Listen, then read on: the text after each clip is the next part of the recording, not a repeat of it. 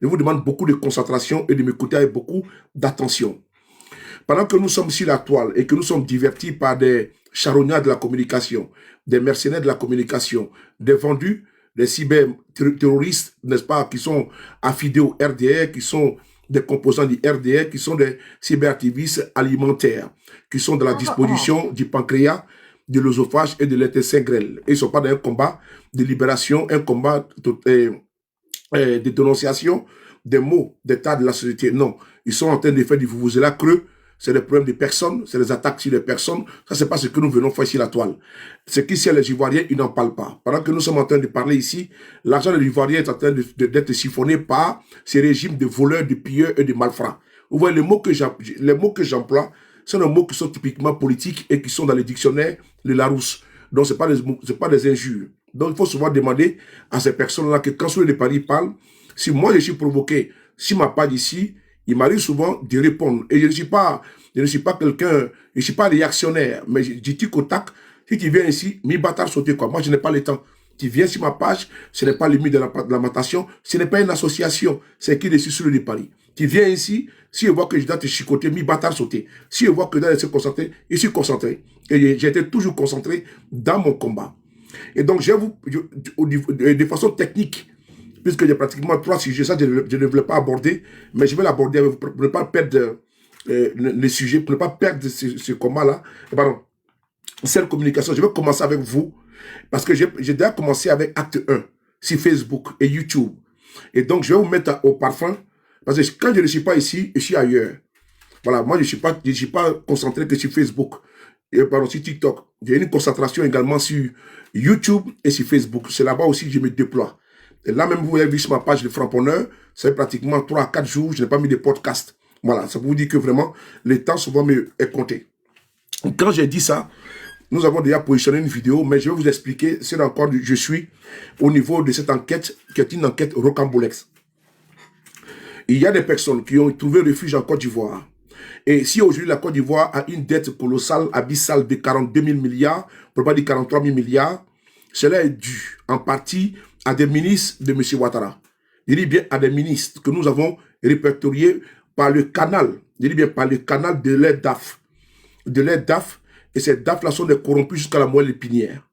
Dernièrement, il y a un DAF du ministère de la Santé qui a détourné 20 milliards de francs CFA. Si vous êtes au courant, vous mettez oui. Je vais vous montrer sa photo. Je pense que je l'ai ici. Si j'ai sa photo, je vais vous montrer très rapidement pour qu'on soit au même niveau d'information. Je n'ai pas préparé ça, mais je fais ça pour vous. 2 secondes, voilà. Voilà, j'ai trouvé la photo. J'ai trouvé la photo. Donc, je vais placarder la photo ici pour que vous soyez... Voilà. Voilà. Il est là. C'est ce monsieur que vous voyez là.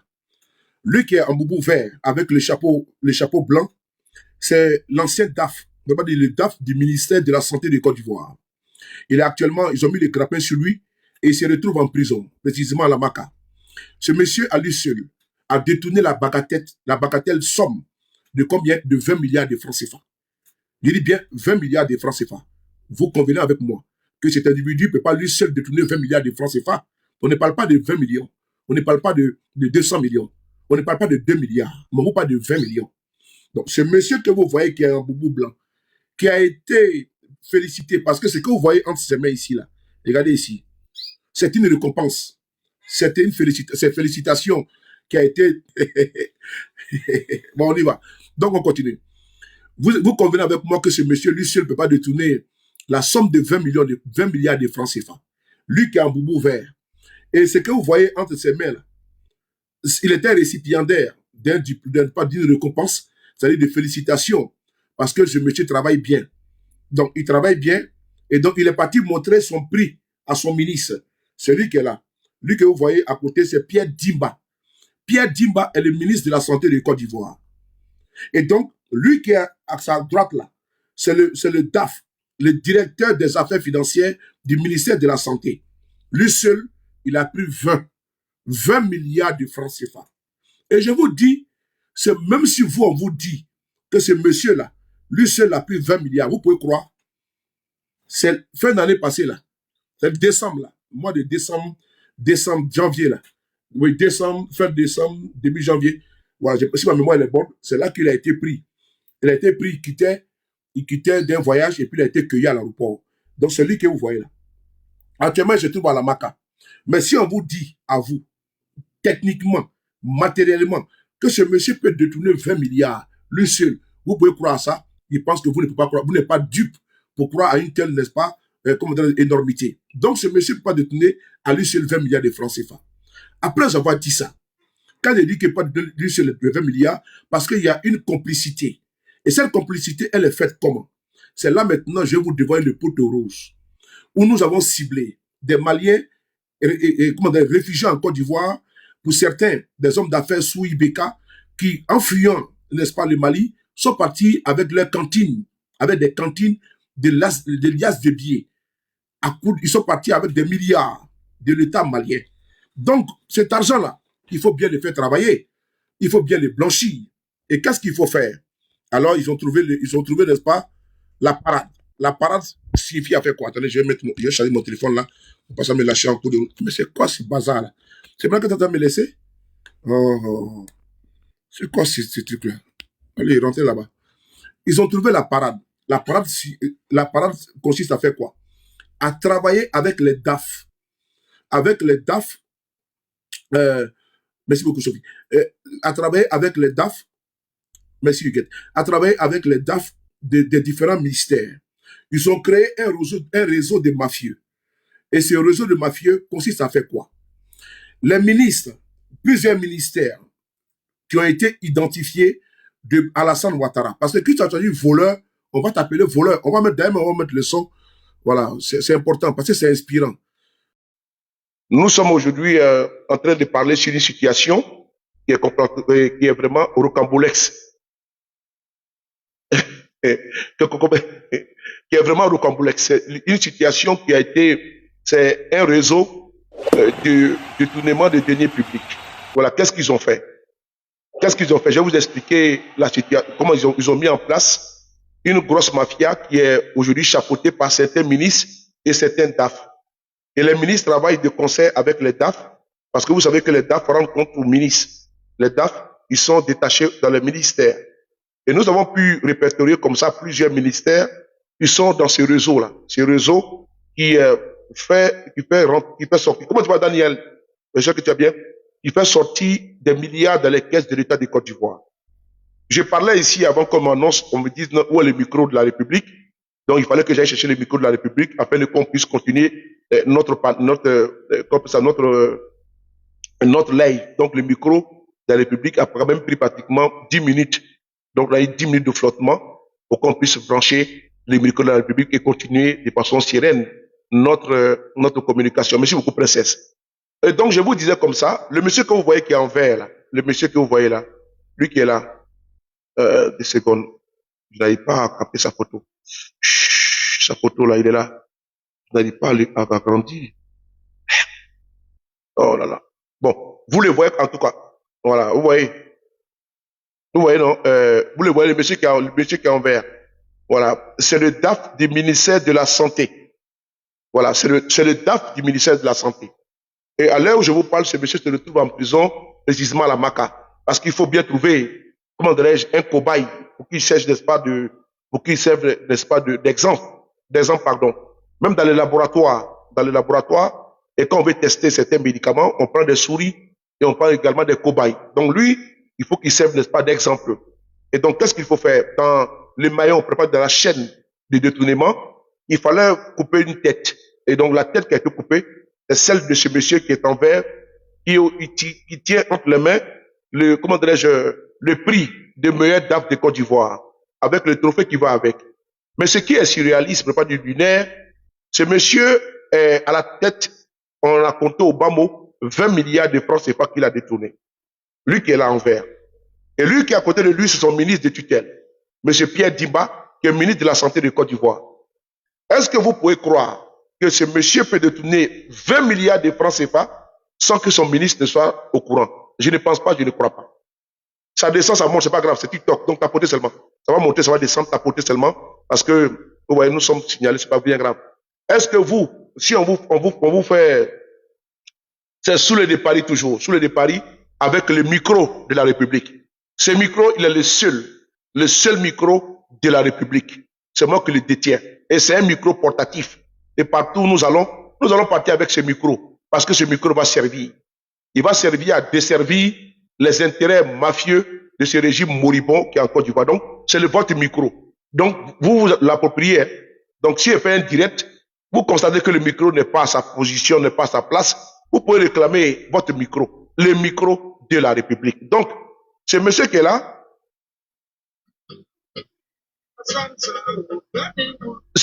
là, envers, on nous dit qu'il a détourné 20 milliards de francs CFA. Si ça coupe, il faut regarder ton micro. Et donc, 20 milliards de francs CFA. Et donc, quand on nous bassine avec ça, nous décidons également de dénoncer. Parce qu'il fallait donner un exemple. L'exemple, c'était lui, le cobaye des services. Et donc, il se trouve à Tema-la-Maka. Mais personne ne peut croire qu'un tel individu, lui seul, peut siphonner 20 milliards s'il n'y a pas de complicité. Alors, nous sommes arrivés à remonter, à travers les personnes qui nous donnent des informations, la chaîne alimentaire de corruption. Cette chaîne-là, à sa tête se trouvent des ministres de la République. Et ces ministres-là, vraiment se mettent plein la poche. Nous allons prendre tout à l'heure un exemple avec le ministre Bakongo. Ben non, pas Bakongo, désolé. Le ministre Cissé, le ministre Vagondo Diomandé. Je vais vous faire écouter ici un audio avec un dossier de 2 milliards de francs CFA. Je l'ai exploité hier sur ma page Facebook, sur le Paris Tonnerre, et c'est sur ma page YouTube, sur le Paris également. Mais vous n'avez pas eu la pudeur de pouvoir écouter cette vidéo-là, mais donc je vais vous servir ici. Et donc, lui que vous voyez, le monsieur qui est en prison, je prends ici, comment dirais-je, comment ils ont mis en place le système. Le ministre va demander 100 millions ou 200 millions à son DAF. Son DAF, il est en contact direct avec des usuriers qui sont à Abidjan. Ce groupe est composé de Maliens réfugiés en Côte d'Ivoire. Ces personnes ont fui le pays avec des milliards de francs CFA dans leurs valises, dans leurs cantines. Et comment il faut blanchir cet argent? S'il y a l'inflation en Côte d'Ivoire, ils sont à la base. Parce qu'il faut miser. L'argent est là frais. Mais qu'est-ce qu'il faut faire avec cet argent? Il faut miser. Il faut investir. Fatima Kwatiba, investir de façon illégale. Et quand ils investissent, ils vont investir où? Naturellement, ils vont investir dans l'immobilier. Ils vont payer des terrains. Quand vous voyez des immeubles qui poussent à Abidjan, des résidences qui sortent partout à Abidjan, détrompez-vous. Détrompez-vous. C'est du blanchiment d'argent. D'abord, les ministres de Côte d'Ivoire, des pontes de ce régime sont mouillés jusqu'à la barbe. Et nous avons décidé de les mettre à nu. Et je l'ai dit, on va le faire de façon méthodique. Et ils seront ciblés.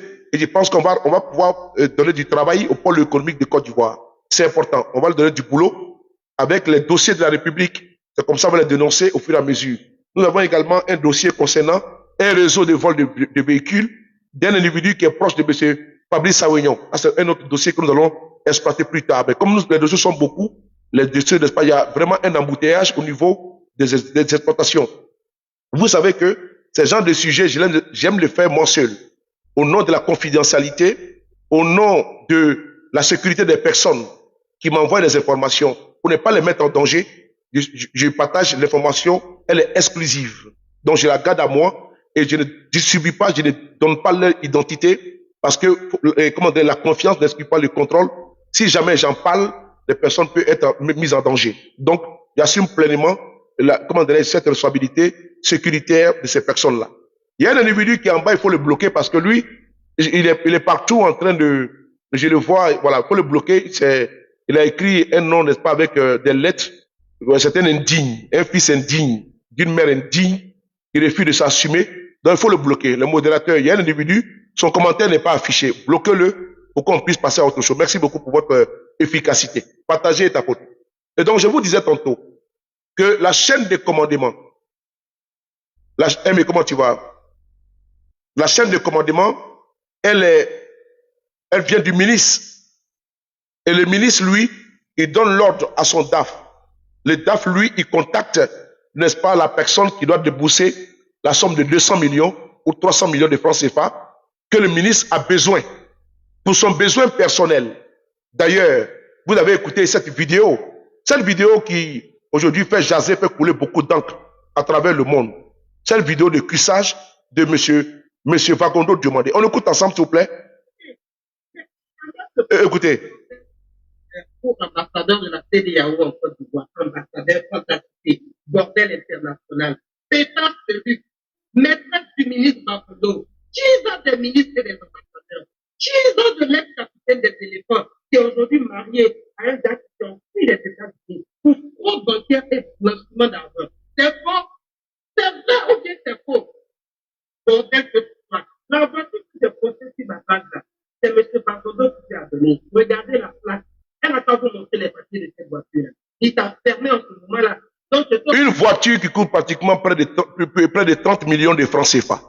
Cette voiture a été offerte par M. Fagondo Diomandé à sa maîtresse. Voilà, Fagondo Diomandé, c'est le ministre de l'Intérieur de Côte d'Ivoire. La vidéo a été faite par cette sœur, voilà, qui a cassé ce qu'on appelle communément en Côte d'Ivoire les papos. Donc elle a cassé les papos. Moi je n'aime pas dire les papos. J'aime dire les dalles, parce qu'elle a cassé les dalles. C'est pas les papos, hein. C'est une affaire de pantalon, on appelle ça la République du canapé, un gouvernement de canapé et de cuissage, un baisedrome total. Et donc, la dame a cassé les papos, pour ne pas dire les dalles, et elle nous explique que le ministre Fagondo Diomandé, il passe son temps, hein, comment dirais-je, dans les jupons des femmes de Côte d'Ivoire, et d'ailleurs, il ne se limite pas là. C'est l'argent du contribuable ivoirien qui est détourné, comment dirais-je, à foison, et ses maîtresses sont entretenues. Sinon, expliquez-moi comment un ministre de la République qui a un salaire peut offrir une voiture à plusieurs maîtresses et qui coûte la bagatelle somme de 30 millions chacune. Et qu'elles vont en vacances, c'est pratiquement 20 millions de francs CFA qu'on leur donne pour pratiquement une semaine de vacances. C'est quand même énormissime. Et donc, cette dame en parle sur son contrôle. Elle a même cassé les dalles. Elle a même publié la photo de ce véhicule-là. Et on voit on connaît le salaire du ministre. Et le ministre peut prendre cet argent où? Pour rouler Rolls-Royce. Mais bon, c'est l'argent de la République, l'argent volé. Et donc, M. Fagondo aussi également, pour entretenir ses maîtresses, il faut faire recours à ce genre de pratiques que je vais mettre la main à la pâte. Comment il procède? Il demande 300 millions aux Maliens. C'est des Maliens qui sont en Côte d'Ivoire. C'est des Maliens qui font du blanchiment d'argent. C'est des personnes qui ont volé sous le régime de Ibeka et d'autres régimes. Et ils ont fui pour aller se cacher en Côte d'Ivoire. Et eux, ils sont en train, attendez-moi, bloquer un autre Amoravide. Voilà. Il y a un autre Amoravide qui est là. Il est bloqué. Merci beaucoup. Et on continue. Et donc, le ministre, il demande 300 millions. Et quand les 300 millions sont demandés, l'exécutant, celui à qui il pardonne, il doit venir avec l'argent, remet la bagatelle somme de 300 millions au ministre. Mais il faut rembourser les 300 millions. Mais le ministre va prendre les 300 millions où? C'est là va intervenir le faux. Oui, c'est là qu'intervient le faux. Le monsieur qui a donné les 300 millions, et je l'ai dit, je suis obligé de les exposer. Il me reste une photo, je pense 2 photos, pour qu'on puisse mettre le boyi sur les réseaux sociaux. Et ça, nous assumons pleinement. Parce que la République en souffre, n'est-ce pas, du fait de ces voleurs. On a une République qui a 43 000 milliards et c'est nous qui allons payer l'ardoise. Et ils sont en train de voler, ils sont en train de manger, d'entretenir les 4e, 5e, 10e bureaux. Et nous, sinon, on va payer, n'est-ce pas, la note. Ils vont aller manger, ils vont boire, ils vont fumer, ils vont nager, ils vont fumer la chicha. Et après, quand on dit, monsieur, la facture, on dit, donnez aux parrains. Et les parrains, c'est le peuple. Donc, il faut qu'on les interroge. Et donc, il faut qu'on dénonce. Et donc, je vais poursuivre. Donc, quand les 400 millions sont remis au ministre qui en a besoin, parce que vous savez qu'ils vivent au-dessus de leurs moyens, et donc les 400 millions sont débloqués, maintenant, comment rembourser au monsieur? Comment rembourser? Il ne peut pas aller prendre l'argent au trésor. Il ne peut pas aller se servir comme ça. Non. Il faut trouver le stratagème. C'est là qu'ils vont faire rentrer dans le faux. Ils vont inventer un projet. Je prends le cas même du fer. Ils vont dire qu'il y a un reprofilage d'une route de pratiquement de 50 km. On doit faire le reprofilage. Reprofilage, il n'y aura jamais rien. Pourquoi? Parce que c'est écrit sur papier, mais sur le terrain, ce n'est pas fait. Mais le DAF valide la facture qui est délivrée par le Malien à travers leurs bras séculiers de fausses entreprises. des entreprises qui vont fournir des faux, des fausses factures, des pseudo-travaux qui n'ont pas été effectués. Et quand la facture arrive chez les DAF, ils valident, puisqu'il faut rembourser les 400 millions qui ont été prêtés aux Maliens, au groupe de Maliens apatrides, réfugiés en Côte d'Ivoire, qui trempent dans le blanchiment d'argent. Et donc, il faut rembourser les 400 millions. Et les 400 millions vont être remboursés comment? Avec une fausse facture. Et les DAF, ils valident. Au lieu de mettre 400 millions, ils vont mettre 600 ou 800 millions de francs CFA. Parce qu'il faut la part du DAF. Le ministre a pris 400. Il faut que le DAF mange pour fermer sa bouche. Il faut que également, lui qui a prêté l'argent, c'est avec pourcentage. Donc, s'il donne 400 millions, il dit rembourser à 500 millions. Donc, voyez vous-même, au lieu de 400 millions qui va être inscrit sur la fausse facture, il va aller, comment dirais-je, au trésor pour être payé, ils vont mettre 600 millions ou 700 millions. Mais c'est validé par les ministères à travers le DAF.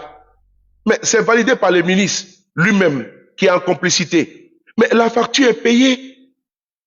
Et nous avons des factures qui sont avec nous, qui ont été payées par l'État de Côte d'Ivoire.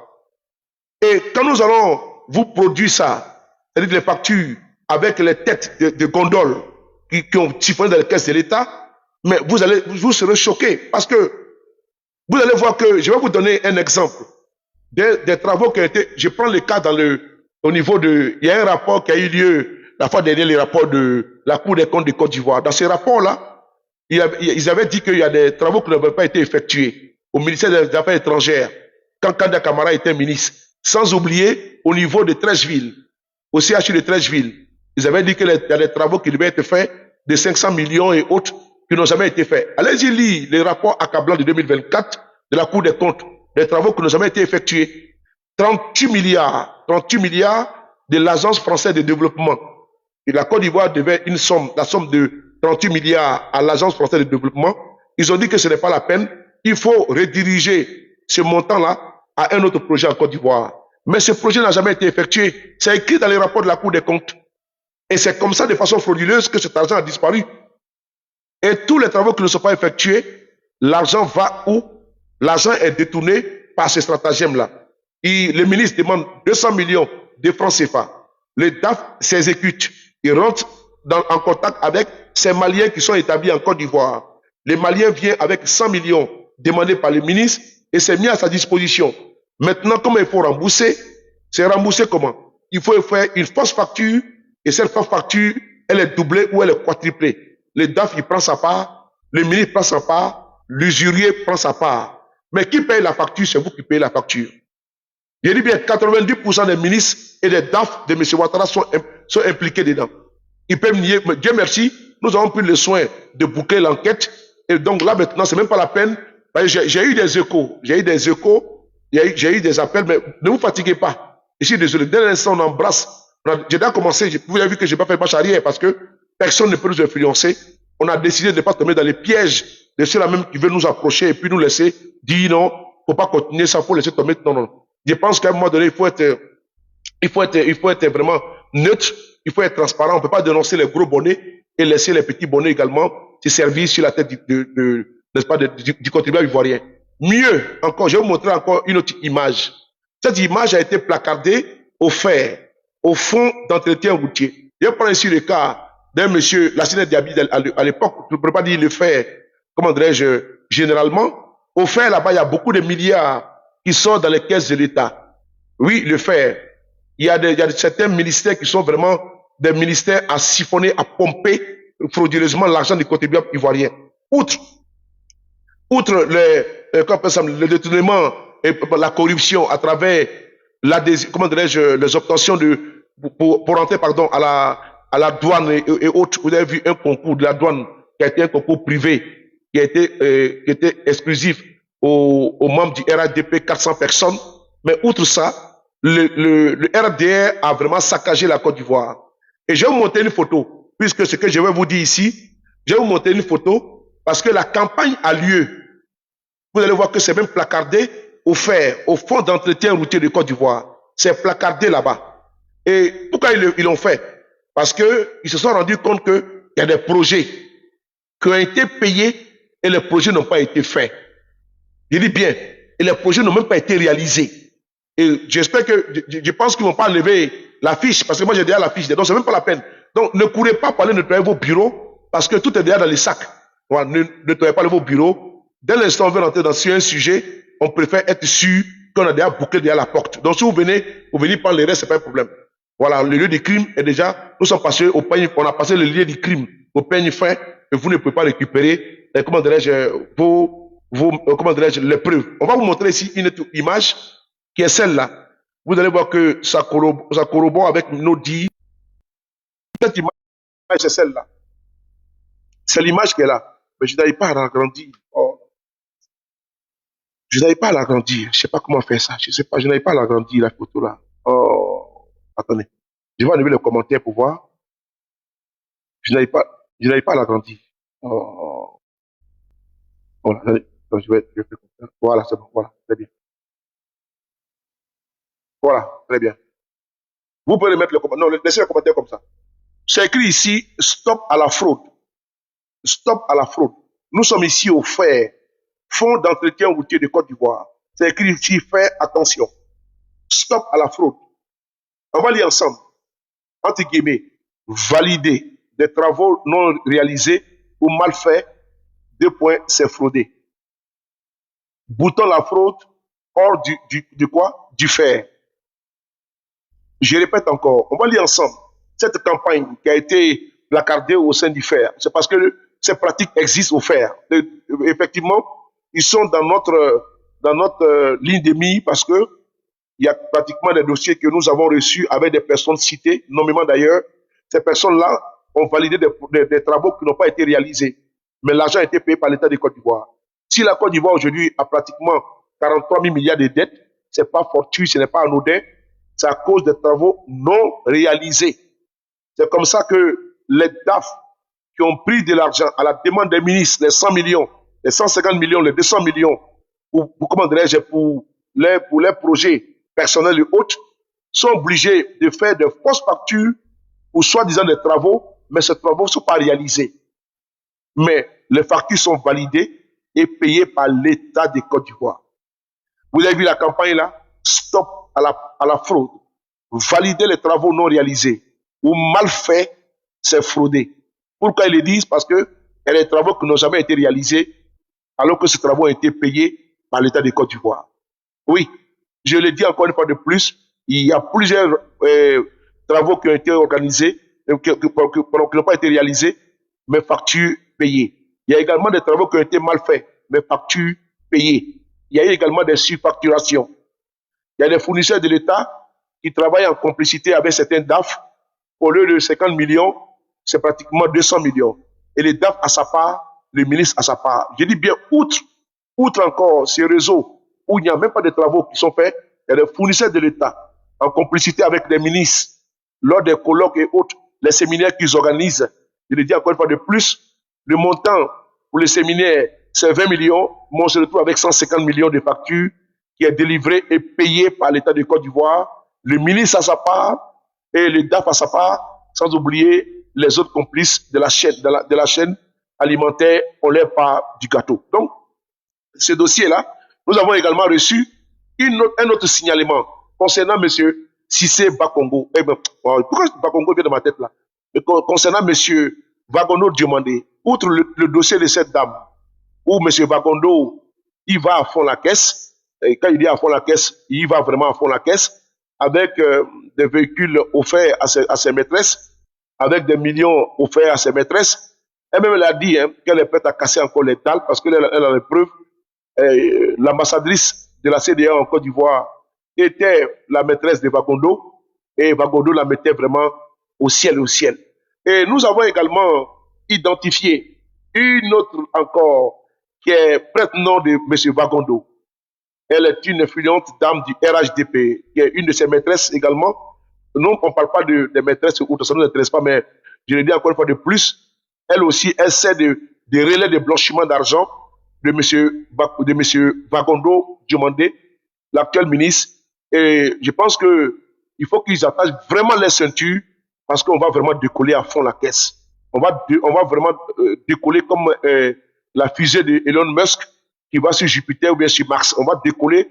M. Vagondo demandait, vraiment, j'ai été vraiment surpris, vraiment très, très surpris de voir ce monsieur dans cette posture mafieuse, dans ces réseaux. Ça m'a vraiment surpris. Et quand j'ai écouté la vidéo de cette dame, c'est venu encore me conforter. Même si nous avons des brides de soupçons à travers des signalements qui avaient été remontés, si les concours organisés à la police nationale de Côte d'Ivoire. Et hier encore, j'ai fait une vidéo sur Facebook. J'ai vous fait écouter sur l'audio.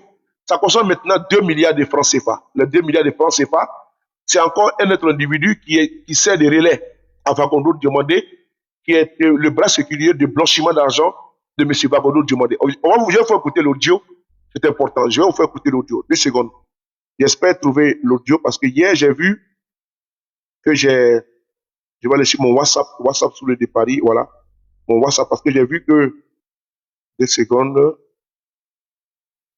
Voilà. Parce que moi, quand j'enregistre, voilà, 2 secondes. Nous sommes le combien? Nous sommes le.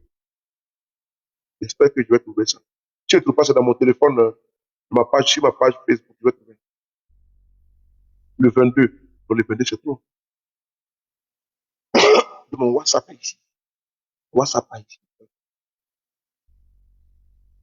Parce que quand on m'envoie les informations sur mon WhatsApp public, j'envoie ça sur mon WhatsApp privé et pour pouvoir bien recouper tout ça. Donc, on va ici très rapidement.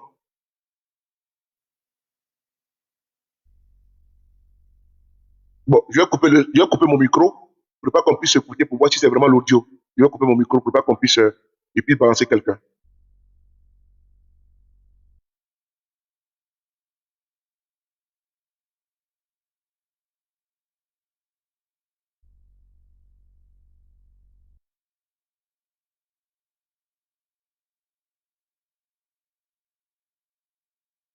Voilà, c'est bon, c'est le bon audio. Parce qu'il faut pas, je vais me tromper pour exposer quelqu'un et puis ça va lui porter préjudice. Voilà, donc j'ai trouvé l'audio. On va écouter ensemble l'audio. C'est parti. Voilà, donc j'ai dit que nous allons faire. Ils veulent nous distraire avec des débats inutiles. Je pense que nous, on était concentrés sur le combat. C'est ce que vous attendez de moi ou pas? Donc, si vous attendez ça de moi, je suis au rendez-vous. On va écouter l'audio ensemble. On écoute l'audio. Attends, je vais mettre les commentaires. Mettez les commentaires, on va écouter l'audio ensemble. On y va, c'est parti. Attendez. Attendez, je vais mettre le Bluetooth. Là, vous serez bien connecté. Voilà. Oh, Bluetooth. On y va, c'est parti. Voilà. On écoute maintenant l'audio concernant les 2 milliards de Vagondo Diomandé. Bonsoir à tous mes parents de Dialé. Bonsoir à tous mes frères, à toutes mes sœurs. Alors, je voulais vraiment ce soir vous parler de quelque chose. Nous sommes au niveau de la Confédération des mutuelles de Tampouis en train d'initier quelque chose. Il s'agit de trouver des projets, des mécanismes dans toutes les localités du Tampouis. Et c'est que Zialé est membre. Pour être plus direct. Il s'agit aujourd'hui de trouver des projets qui vont intéresser Zialé en termes de développement. Depuis ma dernière visite dans le Tampouis à le ministre, où il m'a instruit avec un budget de 2 milliards pour développer, pour mettre à la disposition de la CMDT pour développer. Vous avez bien entendu la somme de 2 milliards. J'aimerais que vous écoutez attentivement l'audio. Voilà, c'est la somme de 2 milliards. La vidéo bien exploitée se trouve sur ma page YouTube sur le Dépari et ma page Facebook sur le Dépari Tonnerre. Vous pouvez trouver là-bas sur la page Facebook là-bas. On va écouter, c'est la somme de 2 milliards que Vagondo a débloqué. Mais Vagondo a pris les 2 milliards où? Vous allez entendre la réponse de ce monsieur qui est le bras droit de Vagondo. Je vais vous montrer les photos, je vais afficher les photos au fur et à mesure ils vont savoir que nous sommes dans le dossier. On va écouter. Développement. Depuis ma dernière visite dans le Tempé à Lumini, oui, m'a instruit avec un budget de 2 milliards pour développer, pour mettre à la disposition de la CMDT pour développer le Tempé. J'ai appelé, nous sommes au niveau du bureau exécutif, nous sommes en train de travailler. Mais il y a certains aspects qui échappent au bureau exécutif, comme la promotion des cadres. La promotion des cadres. Alors, au niveau de la promotion des cadres, dont je vais vous parler ce soir, c'est des promotions dans les secteurs. Et je dois déposer la liste qui a été demandée. Et pour y aller. Comme personne, malgré tout ce qu'on a mis sur la plateforme de Ziari, malgré, je vais dire, toutes les communications qui ont été faites au niveau de la CMDT dont Ziari est membre, personne n'a répondu. Je me permets de venir ici vraiment pour vous donner l'information. Alors, en ce qui concerne la promotion des cadres, c'est de façon sectorielle. C'est un programme sur 3 ou 4 ans ou 5 ans, je ne sais pas. La promotion des officiers supérieurs, la promotion des officiers subalternes, la promotion des secteurs de la santé, ceux qui sont en A3, on va promettre un peu. Ils nous ont demandé, faisons-le. Et si on propose, notre devoir est de proposer. Et c'est moi qui suis le président, on m'a demandé de faire ça. Quand vous partez dans le Tonkoui, Sipilou, bien comment, j'ai déjà reçu les propositions. Zonier, j'ai déjà reçu les propositions, mais je vois que Zialé est resté en marche. Et même, il y a dans les propositions qu'on nous a demandé à faire, il y a le redécoupage administratif.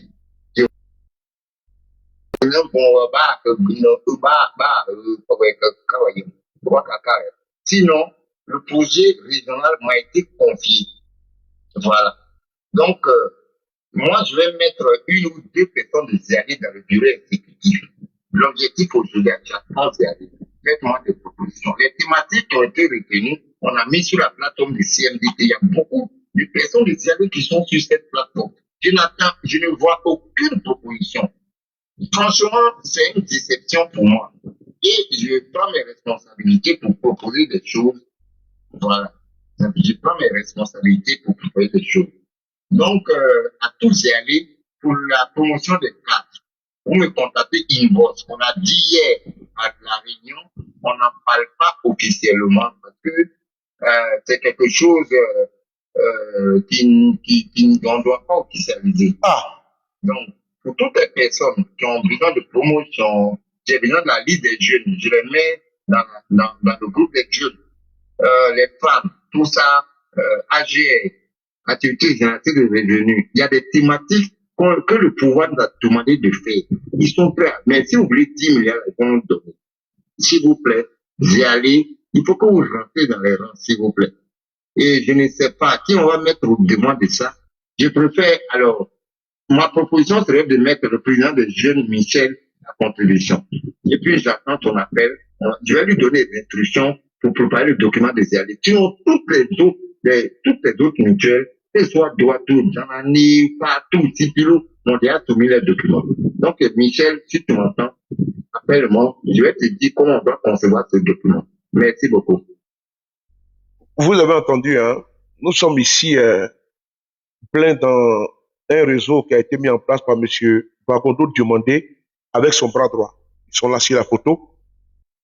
Et Bagondo veut prendre le contrôle de la mutuelle. Et cette mutuelle-là, afin de pouvoir mettre sous sa coupole tous les cadres de la région. Voilà, c'est important pour monter son influence. Et il a débloqué 2 milliards de francs CFA.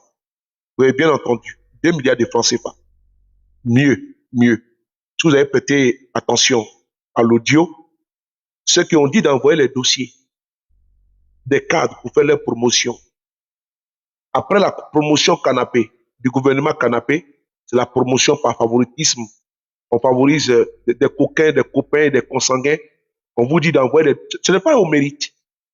Bagono demandait, à travers son bras droit, à qui il a remis 2 milliards de francs CFA. Et il dit bien dans l'audio de ne pas dire ça publiquement. Mais ce qui n'est pas public, ça veut dire que quoi? Ce qui n'est pas légal, c'est que c'est quoi? C'est illégal. Voilà. Donc, 2 milliards que M. Vagondo a débloqués pour remettre à son ami, à son bras droit. Il a pris les 2 milliards où? Point d'interrogation. Mais je n'ai pas terminé. Il y a un président de mouvement politique, il s'appelle M. Guillaume Kibafori Soro, président de GPS, ancien premier ministre de Côte d'Ivoire. Souvenez-vous qu'il a été condamné à 20 ans de prison pour, selon eux, recel de maison d'une valeur de 1 milliard et quelques de francs CFA. Il a pris 20 ans de prison. Un dossier creux, fumeux, brumeux, un dossier, n'est-ce pas, plein, n'est-ce pas, d'énormité, un dossier caduc, abject, un dossier vide, mais il a pris 20 ans de prison. En Poutou national, vous avez vu la vidéo virale où il versait de l'argent et le pôle économique réclame 7 ans de prison, 1 milliard de francs CFA. Ce n'est pas terminé. Va voler un œuf aujourd'hui ou bien va voler un téléphone portable au ministère de l'Intérieur, tu seras léché. Si tu n'es pas léché à mort, tu as fini ta vie en prison. Un voleur de poulet, de cabris, de pintades et de moutons, il va recevoir 5 ans, 10 ans de prison. Un innocent peut recevoir 20 ans de prison, le club M. Guillaume Soro pour une maison pseudo recélée. Vagondo Diomandé.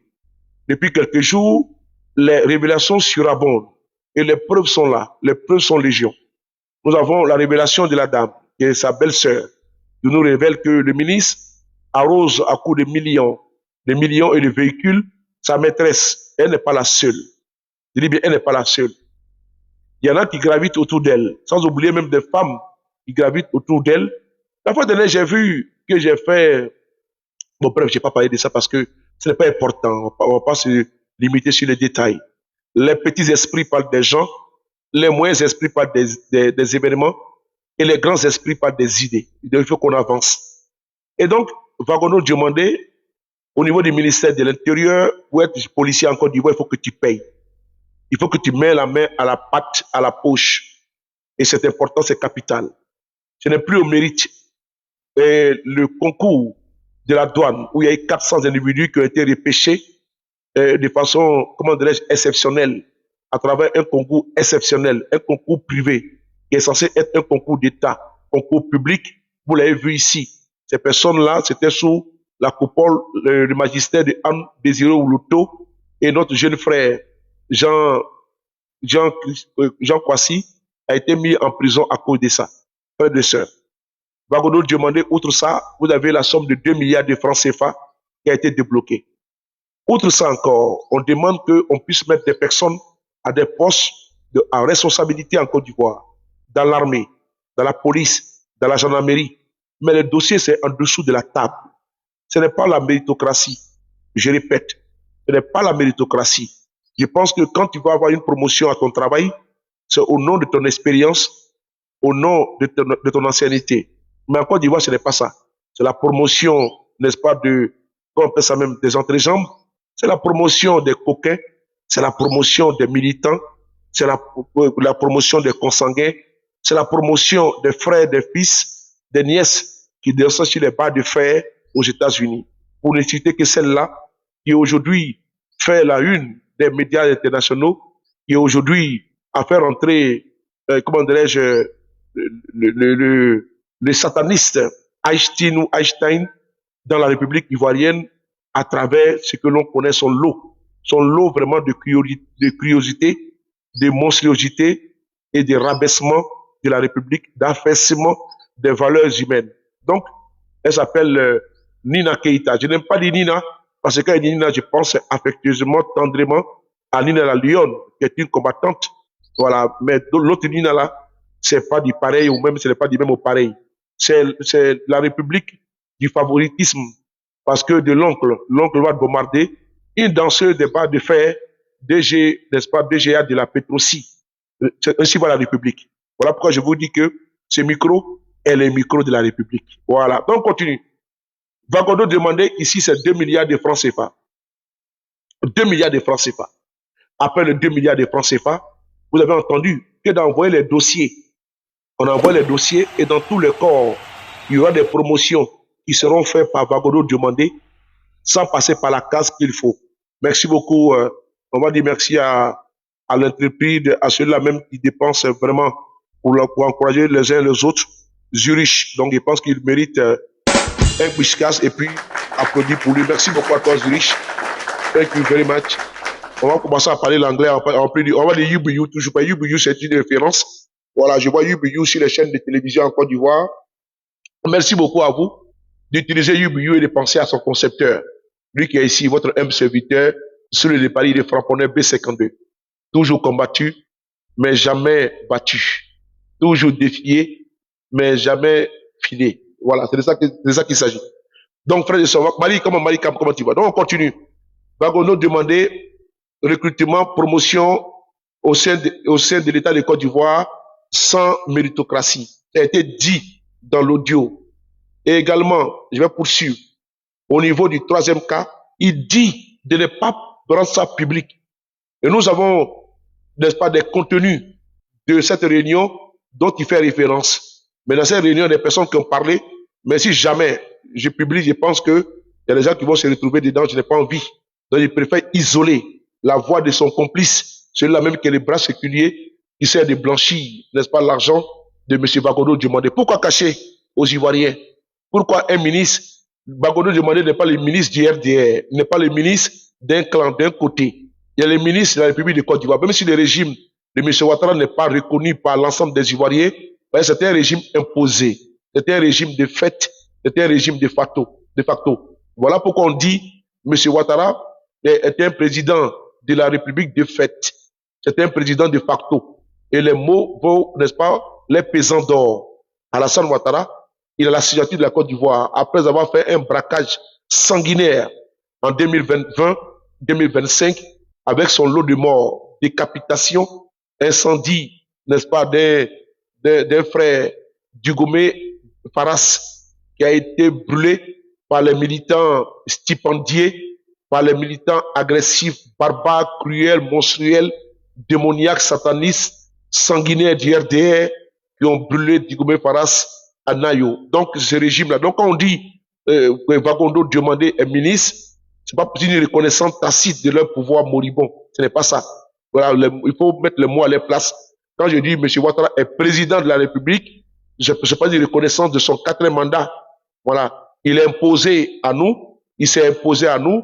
Il a, à travers la violence, la barbarie, l'exclusion des différents mentors, j'ai cité ici les leaders, le président Gbagbo, le président Cheikh Tidiane Thiam, le président Afin Guessan, le président Soro Kibafori Guillaume, qui a été également exclu de façon arbitraire du jeu politique, qui est aujourd'hui persécuté, traqué par ce régime barbare, brutal, qui est arrivé à ses fins à prendre le pouvoir en Côte d'Ivoire par un coup d'État, accompagné par Sarkozy. Sinon, nul n'était ça.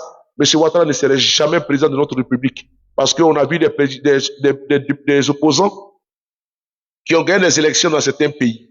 Je cite ici le Gabon avec Jean Ping, sans oublier Andro Bambam au Gabon, sans oublier Ondon Ossa, dernièrement avec Ali Bongo, la dernière élection qui lui a valu un coup d'État, avec Brice Clotaire Oligui Nguema.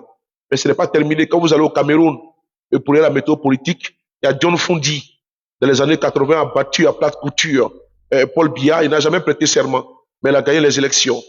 On a les cas également de Maurice Kamto.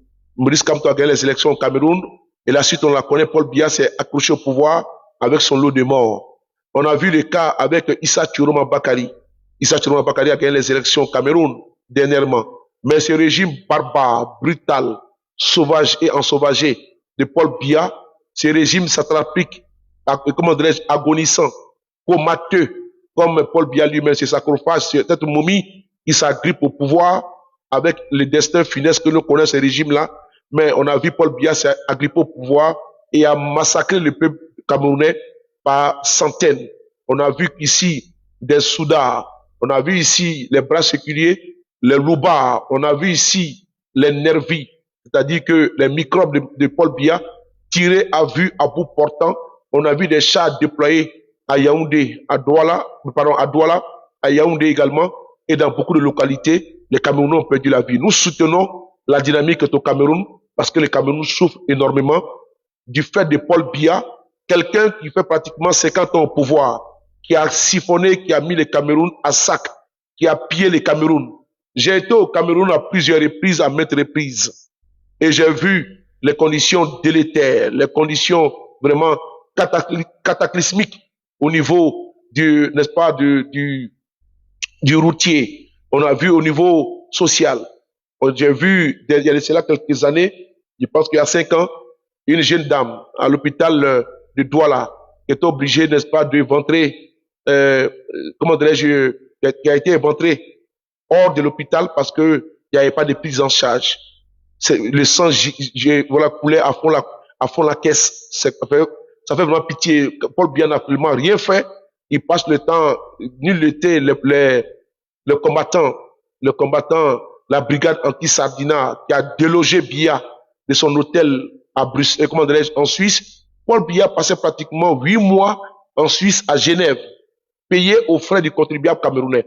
Peuple camerounais, prenez vos responsabilités. Votre destin est entre votre main. Le Cameroun est un grand pays. Le Cameroun est un Neswandier de Oumoumié. Ce Cameroun-là est un grand pays. Le Cameroun de nos ancêtres ne peut pas aujourd'hui être le Cameroun des ancêtres. Parce que quand on voit aujourd'hui les ancêtres qui dirigent le Cameroun, à commencer par Paul Biya et tous les autres, je pense que le Camerounais doit prendre le taureau par les cornes et chasser ces régimes-là qui font honte à l'Afrique, qui font honte au monde et qui font honte à l'humanité. Paul Biya ne peut pas aujourd'hui diriger le Cameroun dans un fauteuil roulant. C'était une digression. On va avancer rapidement. Merci beaucoup.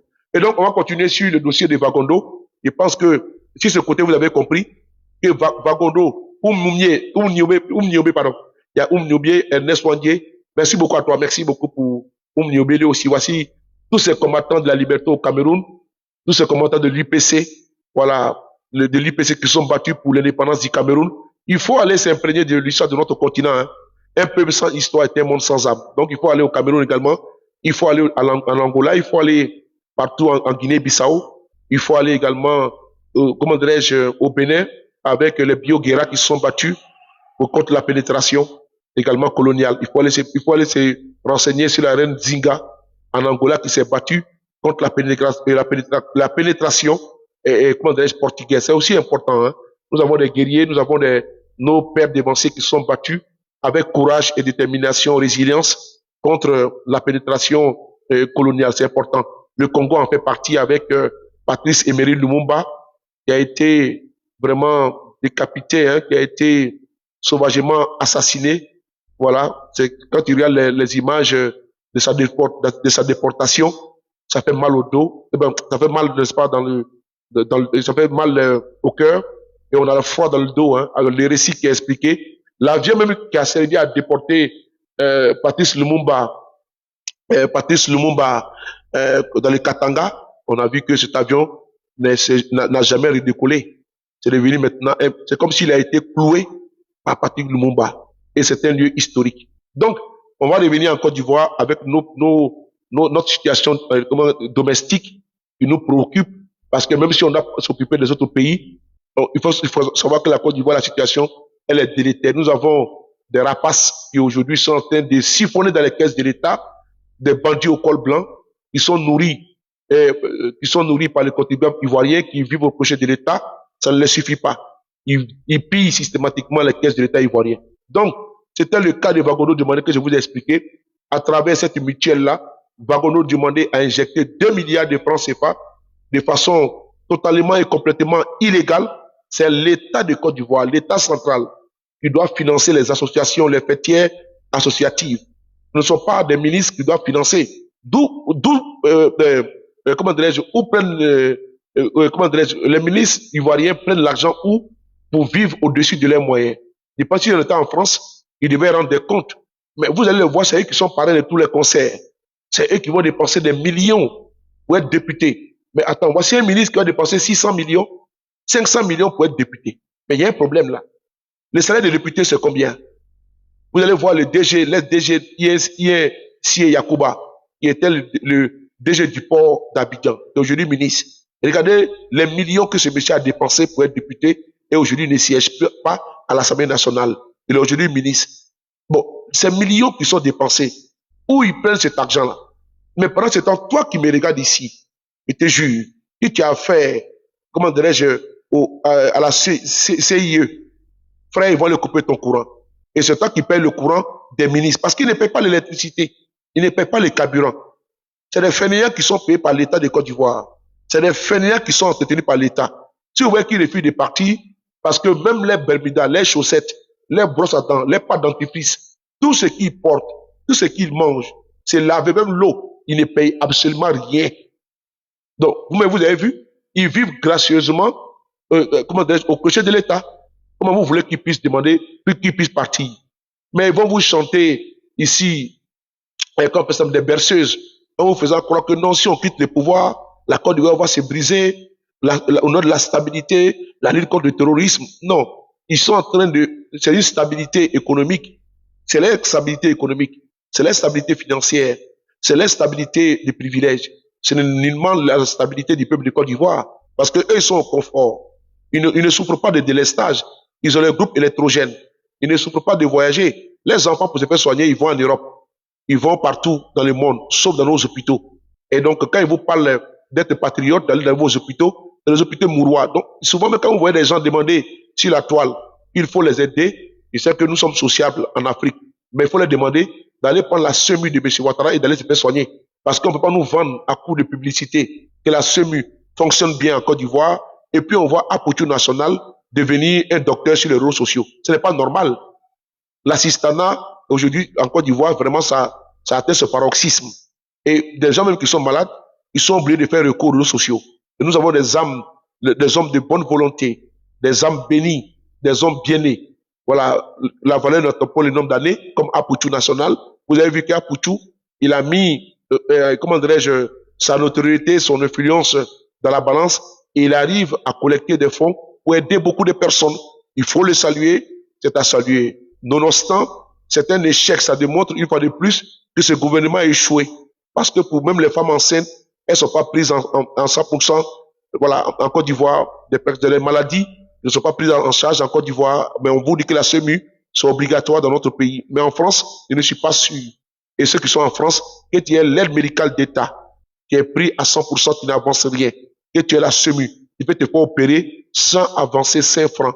En Côte d'Ivoire, ce n'est pas possible. Si aujourd'hui, Ayek Hassan, Apotou National sont assez sollicités, c'est parce que le gouvernement a échoué. Et c'est un échec, il faut le reconnaître. Ils ont échoué. Ici, les Français cotisent pour la recherche, pour des maladies, comment dirais-je, qu'il faut beaucoup de sous. Donc, les Français cotisent. On appelle ça téléthon. Donc, tout le monde cotise les 1 centime, les 10 centimes, les 1 euro et j'en passe. C'est pour les chercheurs. Mais en Côte d'Ivoire, même celui-même qui a une maladie bénigne, cette personne-là va venir sur les réseaux sociaux parce que la SEMU ne fonctionne pas. La SEMU consiste seulement à rentrer dans une pharmacie, prendre des Doliprane. Voilà, c'est tout. C'est des calmants. Donc, la SEMU de Côte de M. Ouattara est un échec total. On met ici au défi, les militants du FDR, parce qu'ils aiment relever toujours les défis. Non, ils aiment toujours dire, je lance le défi. Qui vient nous dire, les parents qui sont malades en Côte d'Ivoire, là, est-ce qu'ils arrivent à se faire soigner avec la SEMU? Est-ce que les parents des militants du FDR, quand ils vont dans les hôpitaux de Côte d'Ivoire, est-ce qu'ils arrivent à se faire soigner avec la SEMU de M. Ouattara? Je pense que non. Alors qu'ils arrêtent de vous bassiner avec des mensonges. Donc, c'était le cas de M. Bakondo. Nous allons fermer très rapidement la parenthèse et nous allons aborder le deuxième sujet. C'est lequel? Il y a de cela quelques jours, nous sommes dans la continuation de l'échec de M. Ouattara. Je l'ai déjà dit, nous allons attaquer la bête sur ses faiblesses. Et M. Ouattara, son régime a pratiquement 90% de faiblesses. Je le dis une fois de plus, 90% de faiblesses sur son programme de société et de gouvernement. C'est un régime de menteurs. Un Ivoirien, un toit. C'est devenu un Ivoirien, une tôle et un Ivoirien, une tombe. Voilà, les Ivoiriens maintenant tombent dans les cimetières. Un Ivoirien, un toit est devenu un Ivoirien, le déguerpissement. Un Ivoirien sans toit. C'est pas un Ivoirien, un toit. C'est un Ivoirien sans toit. C'est une preuve. C'est une évidence. Comme ils aiment si bien le dire, c'est factuel. C'est factuel que les Ivoiriens n'ont pas eu les maisons. 15 ans plus tard, M. Alassane Ouattara n'a pas pu concrétiser, réaliser son projet qu'il a tant ventilé, tant vanté, tant véhiculé. Un Ivoirien, un toit. M. Alassane Dramane Ouattara, sous M. Gbagbo, regardez cette image qu'elle a. Partagez les gars. Sous M. Gbagbo, voici l'image qu'elle a. Ça, c'était sous Gbagbo Laurent. Le RDR disait Gbagbo ou un autre courant. Souvenez-vous. Voilà, vous êtes tous témoins de ça. Je sais que ça bug. Je pense que c'est de ton côté. Est-ce que ça bug? Si ça bug, dites-moi, je vais changer de réseau. Est-ce que ça bug? Dites-moi si ça bug. Je vais changer de réseau. Ça bug, les gars? Allons-y vite, hein, parce que je dois sortir là, s'il vous plaît. Est-ce que ça bug? Si ça bug, dites-moi. Ah, Fatim, comment tu vas? La plus belle, j'espère que tu vas bien. Gladion, mon colonel, tout mes respects à toi. Est-ce que ça bug? Ça bug? Non, pas de bug. Merci beaucoup. Merci beaucoup, princesse. Le réseau, il est bon. Donc, on va aller maintenant avec le sujet qui est là. Le sujet qui est là, c'est important, c'est capital. Je vais d'abord vous saluer et on va écouter M. Ouattara ici. Mon colonel, je te salue. Hein. On va ici écouter M. Ouattara ici, c'est important. Partagez et tapotez. On va écouter M. Alassane Ouattara à la minute 38, si je ne me trompe pas, avec mon compte sous le départ. Sous le départ, voilà, c'est bon. On va écouter M. Ouattara à la minute 38. Je salue Ambenou et Lélé, tous mes respects à vous. Hein. On va écouter M. Ouattara ici à la minute 38.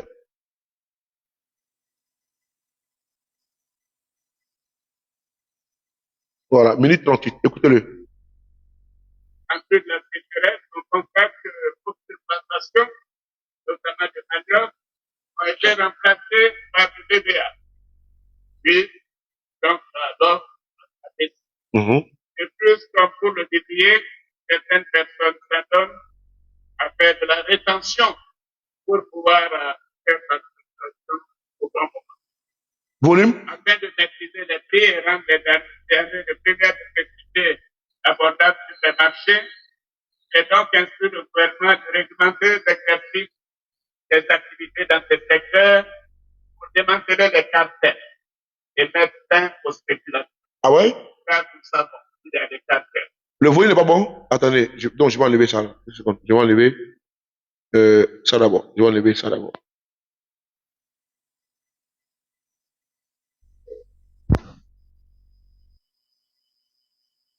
Vous dites le volume, je ne comprends pas. Vous ne m'entendez pas là? Le volume n'est pas bon? Réagissez vite, s'il vous plaît. Mais tout va bien. On dit tout va bien. On y va, on continue. Qui font ces pratiques et qui font augmenter les prix. Nous allons faciliter également l'accès au financement des acteurs œuvrant dans le vivrier et dans le secteur du manioc. Nous poursuivrons également les efforts de mise en place des politiques visant l'autosuffisance en riz et en ressources animales. J'ai été à l'écoute également des populations à l'intérieur et je reçois des appels fréquents, y compris après les visites des ministres dans les régions, que dans les villes du nord telles que Korogo, Puna ou Kondoupou, les effets de la sécheresse ont occasionné de nombreuses coupures d'eau qui fait de la diminution des niveaux des barrages. Des opérations spécifiques sont en cours afin de remédier à cette situation, notamment par la réalisation de nouveaux forages. Je l'ai annoncé à Puna. Nous avons fait de nouveaux forages pour ajouter 50% plus d'eau dès le mardi prochain pour annihiler la question donc de la pénurie d'eau. En ce qui concerne l'électricité, je sais que vous m'attendiez sur ce sujet. Voilà. En ce qui concerne l'électricité, vous savez, moi je vous parle vrai. Je vous parle vrai, en toute transparence. Voilà. Le gouvernement a décidé en juin 2015 d'un ajustement de 16%, mais sur 3 ans. Écoutez. Tarif d'électricité. Pour nous permettre de produire plus d'électricité. Et quand les économistes le savent, quand l'offre augmente, les prix baissent. Donc, le fait de voir que les prix augmentent n'est pas normal. Oui. Cette décision, comme je le dis, visait à accroître la production, améliorer le transport et la distribution de l'électricité, ainsi qu'à garantir aux populations un meilleur accès à l'électricité. Vous vous souvenez des décisions que nous avons prises pour faciliter cela. La première phase de cet ajustement a eu lieu sans problème, le 1er juillet 2015, et n'a pas touché les abonnés au tarif social. qui représente 40% de l'ensemble des abonnés. C'est l'augmentation depuis le 1er janvier cette année qui a posé problème. Car cette augmentation au 1er janvier 2016 devait être de 5% et s'appliquer et ne devrait pas s'appliquer aux abonnés au tarif social ou aux pays consommateurs qui représentent 70% des abonnés pour ces deux catégories. Donc, que certains comme moi fait plus, ça je l'ai compris. Écoutez, hein. D'ailleurs, chez moi, dès que je rentre, j'éteins la clim. Quand je sors d'une chambre, j'éteins la lumière. Et quand je viens au travail, je dis au personnel, si madame n'est pas là, personne n'est pas là, on éteint toutes les clims parce que l'électricité coûte cher. C'est ce que chacun de nous doit faire, surtout pour les gros consommateurs, comme pour les petits consommateurs. Mais malgré cela, moi, j'ai subi une augmentation très forte du prix de ma facture d'électricité. Écoutez, hein. Donc, nous avons fait des enquêtes. Écoutez. Après enquête, nous avons découvert que la décision gouvernementale n'a pas été correctement appliquée. Oui, et que certains abonnés ont connu une hausse plus élevée que celle initialement prévue, allant jusqu'à 30, 40 ou même 50% pour certains abonnés. Oui, donc ceux qui se plaignent de ces augmentations ont bien raison. Mais il y a deux éléments. Il y a l'élément de l'augmentation de l'utilisation de l'électricité parce qu'il fait chaud, parce qu'il y a la sécheresse. Et chacun de nous doit faire des efforts dans ce domaine. Et je vous demande à continuer de tout faire pour économiser l'eau et l'électricité. Mais cela n'est pas toujours le cas. Mais en plus de cela, il y a eu des augmentations de prix. Écoutez, hein. Et cela est une injustice. L'augmentation de prix au-delà de 5% n'était pas ce que nous avions décidé. Oui. Cela est inadmissible. Oui. Donc, j'ai décidé de l'annulation pure et simple de l'augmentation de janvier 2016. Femme battante, Oui, j'ai décidé de l'annulation de cette augmentation depuis 2016. Cela n'était pas ce que le gouvernement a décidé. Et je ne peux pas accepter cela. Que le gouvernement décide une chose et qu'on fasse autre chose. Donc, chers compatriotes, vous avez toutes nos excuses pour cette augmentation qui n'était pas justifiée. Oui, donc les factures... c'est quoi ça? Les factures seront corrigées et le trophée sera rendu à tous les abonnés. Oui. Ou étalé sur une période en déduction de vos factures prochaines d'électricité. Oui, j'invite donc la CIE à réparer cette injustice. Oui, quant aux industriels abonnés en haute tension et qui ont subi des augmentations dû à un changement dans les plages horaires de facturation, je demande que l'on revienne aux plages horaires d'avant l'application des tarifs des heures de pointe. Oui, les heures de pointe devaient aller de 19h à 23h et cela a été prorogé et commence à 18h30 pour aller jusqu'à minuit, donc cela doit cesser. On doit revenir aux plages antérieures. Cela permettra également d'alléger le coût. Voilà, voyez-vous, cette situation nous interpelle sur la nécessité d'ouvrir les secteurs de l'eau et de l'électricité. Écoutez bien. À la concurrence comme le prévoit le code de l'électricité. Oui. Oui, j'ai donc demandé au Premier ministre. Oui. J'ai demandé à toutes les sociétés qui peuvent participer à la distribution de l'électricité d'être candidates et de prévoir la distribution par de nombreuses sociétés parce que c'est quand il y a de plusieurs sociétés que nous aurons la concurrence et que les prix vont baisser. Parce que la distribution coûte trop cher. Oui. Ok. Nous avons décidé donc qu'il faut mettre fin au monopole de la CIE et de la SODECI. Il faut mettre fin au monopole de la CIE et de la SODECI. Nous sommes ici en 2016. La fin du travail, M. Ouattara, devant un parterre de fonctionnaires, les syndiqués, il a annoncé pompeusement ici qu'il faut mettre fin au monopole de la CIE et de la SODECI. Alors, frères et sœurs, on va mettre ici cette photo qui est là. On va mettre cette photo en bas. Sous Gbagbo Laurent, Gbagbo était président. Le RDR, et toi, comment tu vois? Le RDR nous disait ici que Gbagbo, où est notre courant? C'est écrit devant vous ici. Gbagbo, où est notre courant?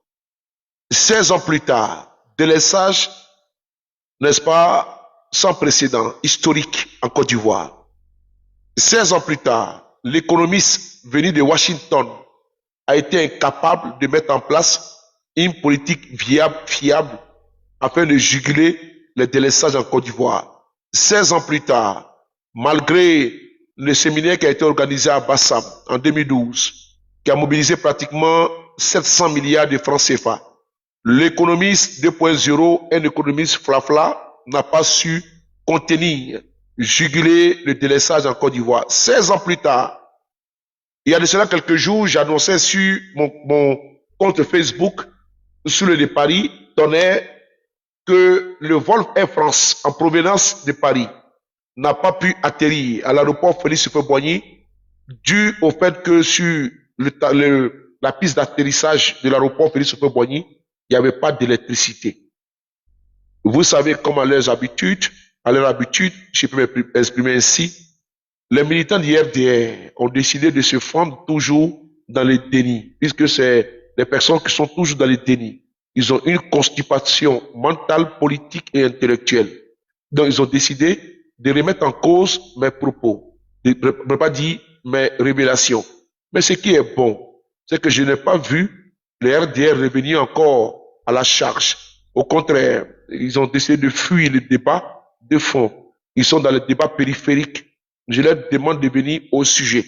Et j'ai toujours dit que le sujet qu'il nous faut, est-ce qu'il y a eu bel et bien une coupure d'électricité à l'aéroport Félix Houphouët-Boigny il y a de cela 4 jours. Un avion, un Boeing 777 de la compagnie Air France a été obligé d'être dérouté sur l'aéroport de Lomé au Togo parce qu'il n'y avait pas d'électricité sur la piste d'atterrissage du hub Félix Houphouët-Boigny, parce que l'aéroport de Côte d'Ivoire est un hub, est un grand aéroport. Est-ce qu'il y a eu bel et bien coupure de courant? Oui. Pourquoi les communicants du RDR, qui sont des mercenaires de la communication, quand il dit mercenaires, ça veut dire que c'est des gens qui sont sans dessus, sans dessous, des sensus, sans orientation aucune. Ce qu'ils savent faire, le dénigrement, les injures envers le président Guillaume Soro, les injures envers les opposants de Côte d'Ivoire, ce qu'ils savent faire, c'est le dilatoire. Ce qu'ils savent faire, c'est la fuite en avant. Ils sont incapables de pointer du doigt l'incapacité de M. Ouattara à servir aux Ivoiriens un programme de société qu'il a dit en 2010. Ici, nous sommes en 2016. 10 ans plus tard, est-ce qu'il y a eu en Côte d'Ivoire la libéralisation dans l'énergie ou bien dans la fourniture d'eau? La SODECI a toujours le monopole. La CIE a toujours le monopole. Dites-moi, il n'y a jamais eu. Et aujourd'hui, la CIE a montré ses limites. Elle est incapable de servir les Ivoiriens. Et la responsabilité incombe à M. Ouattara. Parce que Abidjan est étouffé, Abidjan s'étrangle, Abidjan est surpeuplé.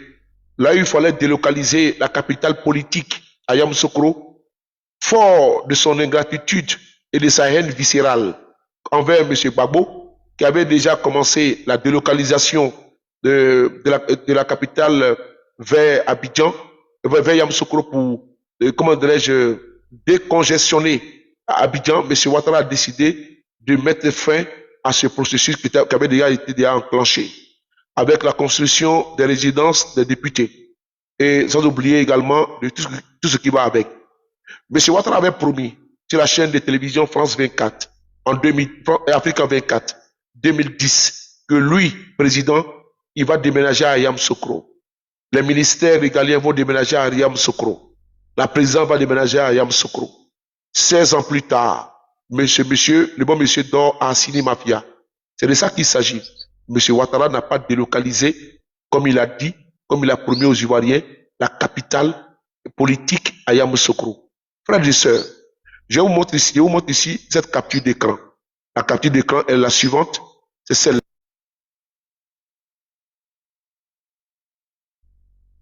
Il y a de cela combien de jours?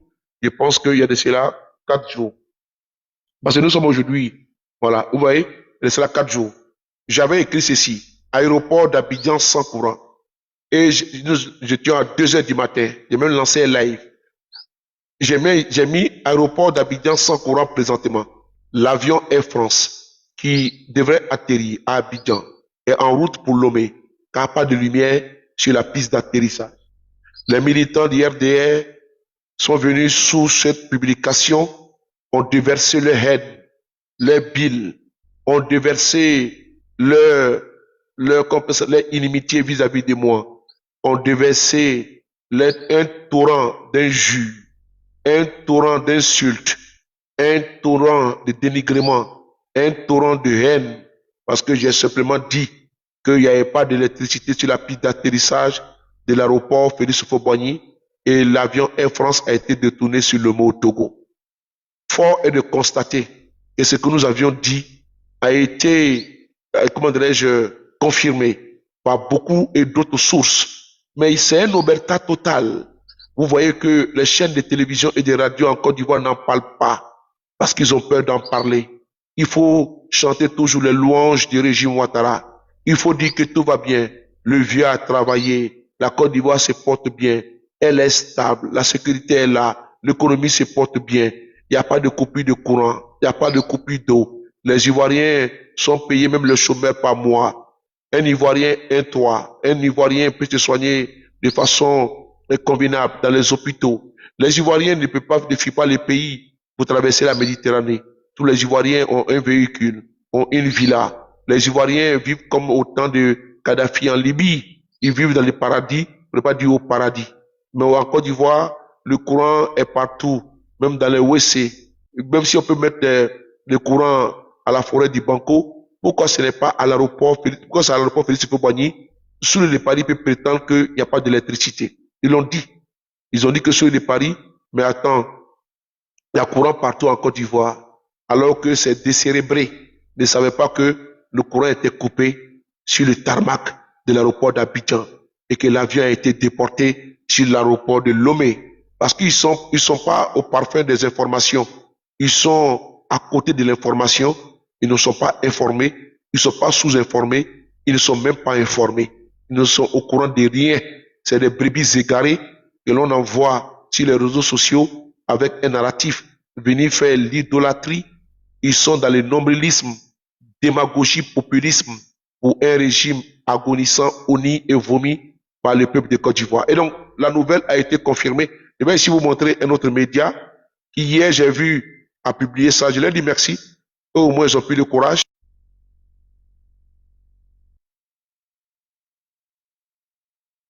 Vous allez voir ici, ils ont écrit, voilà, agent de presse régionale, panne d'électricité à l'aéroport Félix Houphouët-Boigny.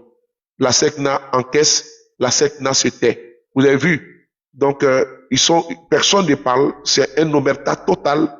Il ne faut pas dire qu'il y a eu coupure d'électricité à l'aéroport d'Abidjan. J'imagine un petit peu, si c'était au Mali, au Burkina ou au Niger. Mais dis donc, les militants, excités du FDR allaient applaudir, allaient chanter, allaient danser. Ils allaient ériger des panels avec des breaking news en nous faisant croire que M. Ibé, M. Assimi ou le président Aboudaman Tchani auraient échoué parce qu'il n'y a pas de courant là-bas. Mais vous avez vu que dernièrement, quand il y avait le délestage à Bamako, mais on voyait les militaires du RDS se frotter les mains. Mais où sont, n'est-ce pas, ces farfelus, ces froussards? Vous venez nous dire, nous donner ici les points de vue sur cette coupure. Ils ne peuvent pas le faire, ils sont aux abonnés absents. Voilà pourquoi j'ai décidé de ne pas faire de débats contradictoires avec eux. C'est une perte de temps. Bon, je parle de moi. Je ne condamne pas mes camarades qui le font. Ils peuvent le faire. Parce que souvent, on a besoin également de ces sardinats-là pour pouvoir, comment dirais-je, aromatiser le débat. Mais je le dis parce que moi, je n'ai pas envie d'avoir, n'est-ce pas, les céphalées. Parce qu'au finish, quand tu finis de faire un débat avec eux, il faut que tu ailles directement à ta boîte à médicaments pour aller prendre du Doliprane ou bien du ibuprofène et tu auras voir que les migraines. Parce qu'ils donnent des migraines, ces gens-là. Donc, Yako, à KGB, à Nina, à Zie, Ibra et à tous ces communicants qui s'aiment bien le débat contradictoire. Et souvent, voilà pourquoi je suis en bas et puis je tapote à fond la caisse. Voilà, moi je préfère maintenant tapoter. Je suis devenu un grand tapoteur. J'ai acheté ma machine à tapoter. Voilà, donc je tapote, je suis en bas, je tapote. J'ai pas envie d'avoir mot de tête, mon frère. Voilà. Donc, je vous dis encore du courage à vous. Donc, vous voyez que ce débat sur ça, ils ne vont pas, ils n'en parleront pas. Ça, c'est le débat de fond. Mais ils sont verbeux. Ils sont volubiles. Quand il faut faire des panels pour parler de M. Guillaume Soro, là, ils sont forts. Là, tu vois les militants du RDR qui vont à fond la caisse quand il faut parler de M. Guillaume Soro, sur sa santé, sur sa supposée mort. Là, ils sont forts. Sur Gbagbo, ou bien sur le président Gbagbo, sur le président Cheikh Tidiane Thiam. Là, ils sont forts. Mais sur, ici, l'état de leur société, les échecs de leur gouvernement, ils n'en parlent pas. Je n'ai vu aucun panel. Et ils parlent que de l'AES. Ils ont trouvé du pain béni, l'AES. Ils ont dit que l'AES n'allait jamais voir le jour. Que c'était une vue d'esprit.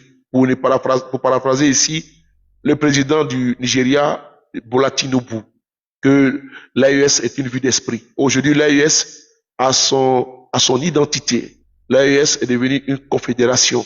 L'AES a son hymne, l'AES a son drapeau, l'AES a son amoïri, l'AES a son passeport, l'AES a sa carte d'identité, l'AES a son armée unifiée, l'AES a sa banque, l'AES a sa radio, l'AES a sa télévision. Que voulez-vous encore de plus ceux qui avaient cru que l'AES était une vue d'esprit? L'AES existe. On dit, croyez sans avoir vu. Ils ont cru. Et l'AES est là. Les afro-pessimistes, les enfants de descendants de colons noirs, ils sont avec nous. Comme le disait Franck Fagnon, le combat entre les colonisateurs, entre les colonisés se passera entre les colonisés eux-mêmes. Franck Fagnon disait que le combat contre les colonisateurs se passera entre les colonisés eux-mêmes. Les colonisateurs sont partis, ils ont laissé des nègres de maison, ils ont laissé leurs petits-fils, ils ont laissé ici les assujettis, pour ne pas dire les compromis à souhait, faire les sales boulots, les sales jobs, comme Alassane Ouattara, comme Tinubu, comme Patrice Talon, comment dirais-je, au Bénin, sans oublier Paul Biya, Sassou Nguesso, toute cette bande. Donc, et puis les suiveurs. Voilà, donc les militants du RDR sont des descendants des colons qui nous ont assujettis, qui ont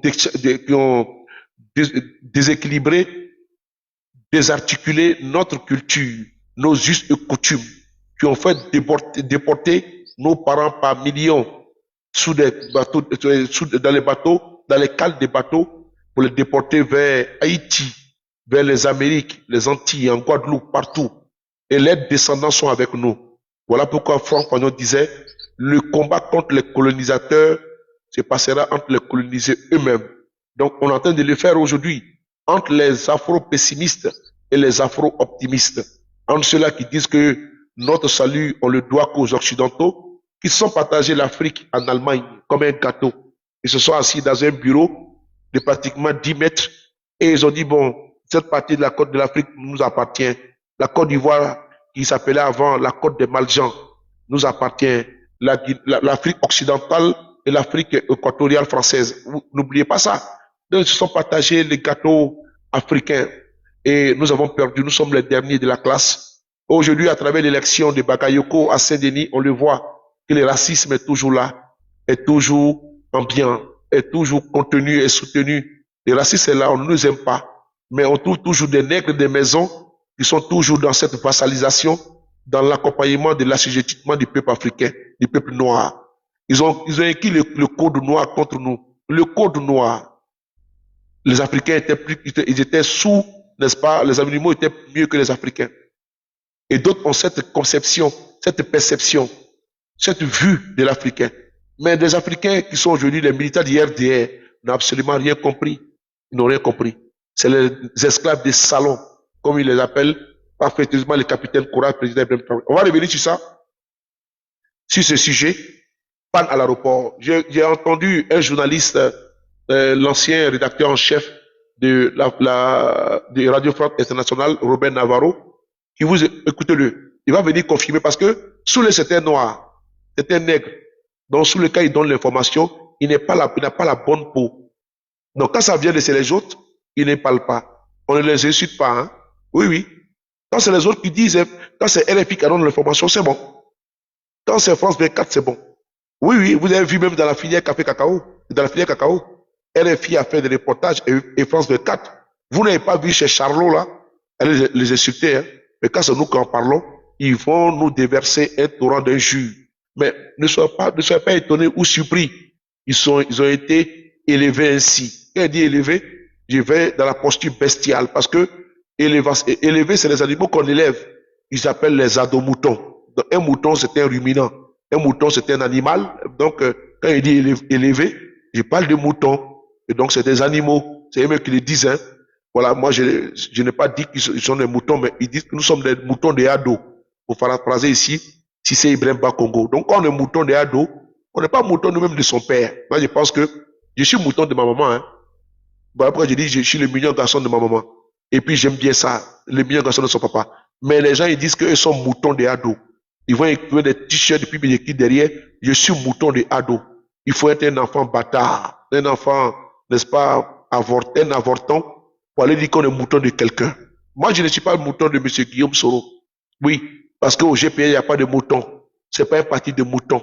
C'est pas un parti de ruminants. C'est un parti d'humains. Nous sommes les bergers qui guidons, n'est-ce pas, les moutons. Et donc, au GPS, nous sommes les dresseurs de moutons. Nous sommes les patrons des moutons. Nous sommes les boss des moutons. Depuis quand mouton va s'appeler boss? Boss, c'est nous. Voilà. Nina a dit que Soulé de Paris est son boss.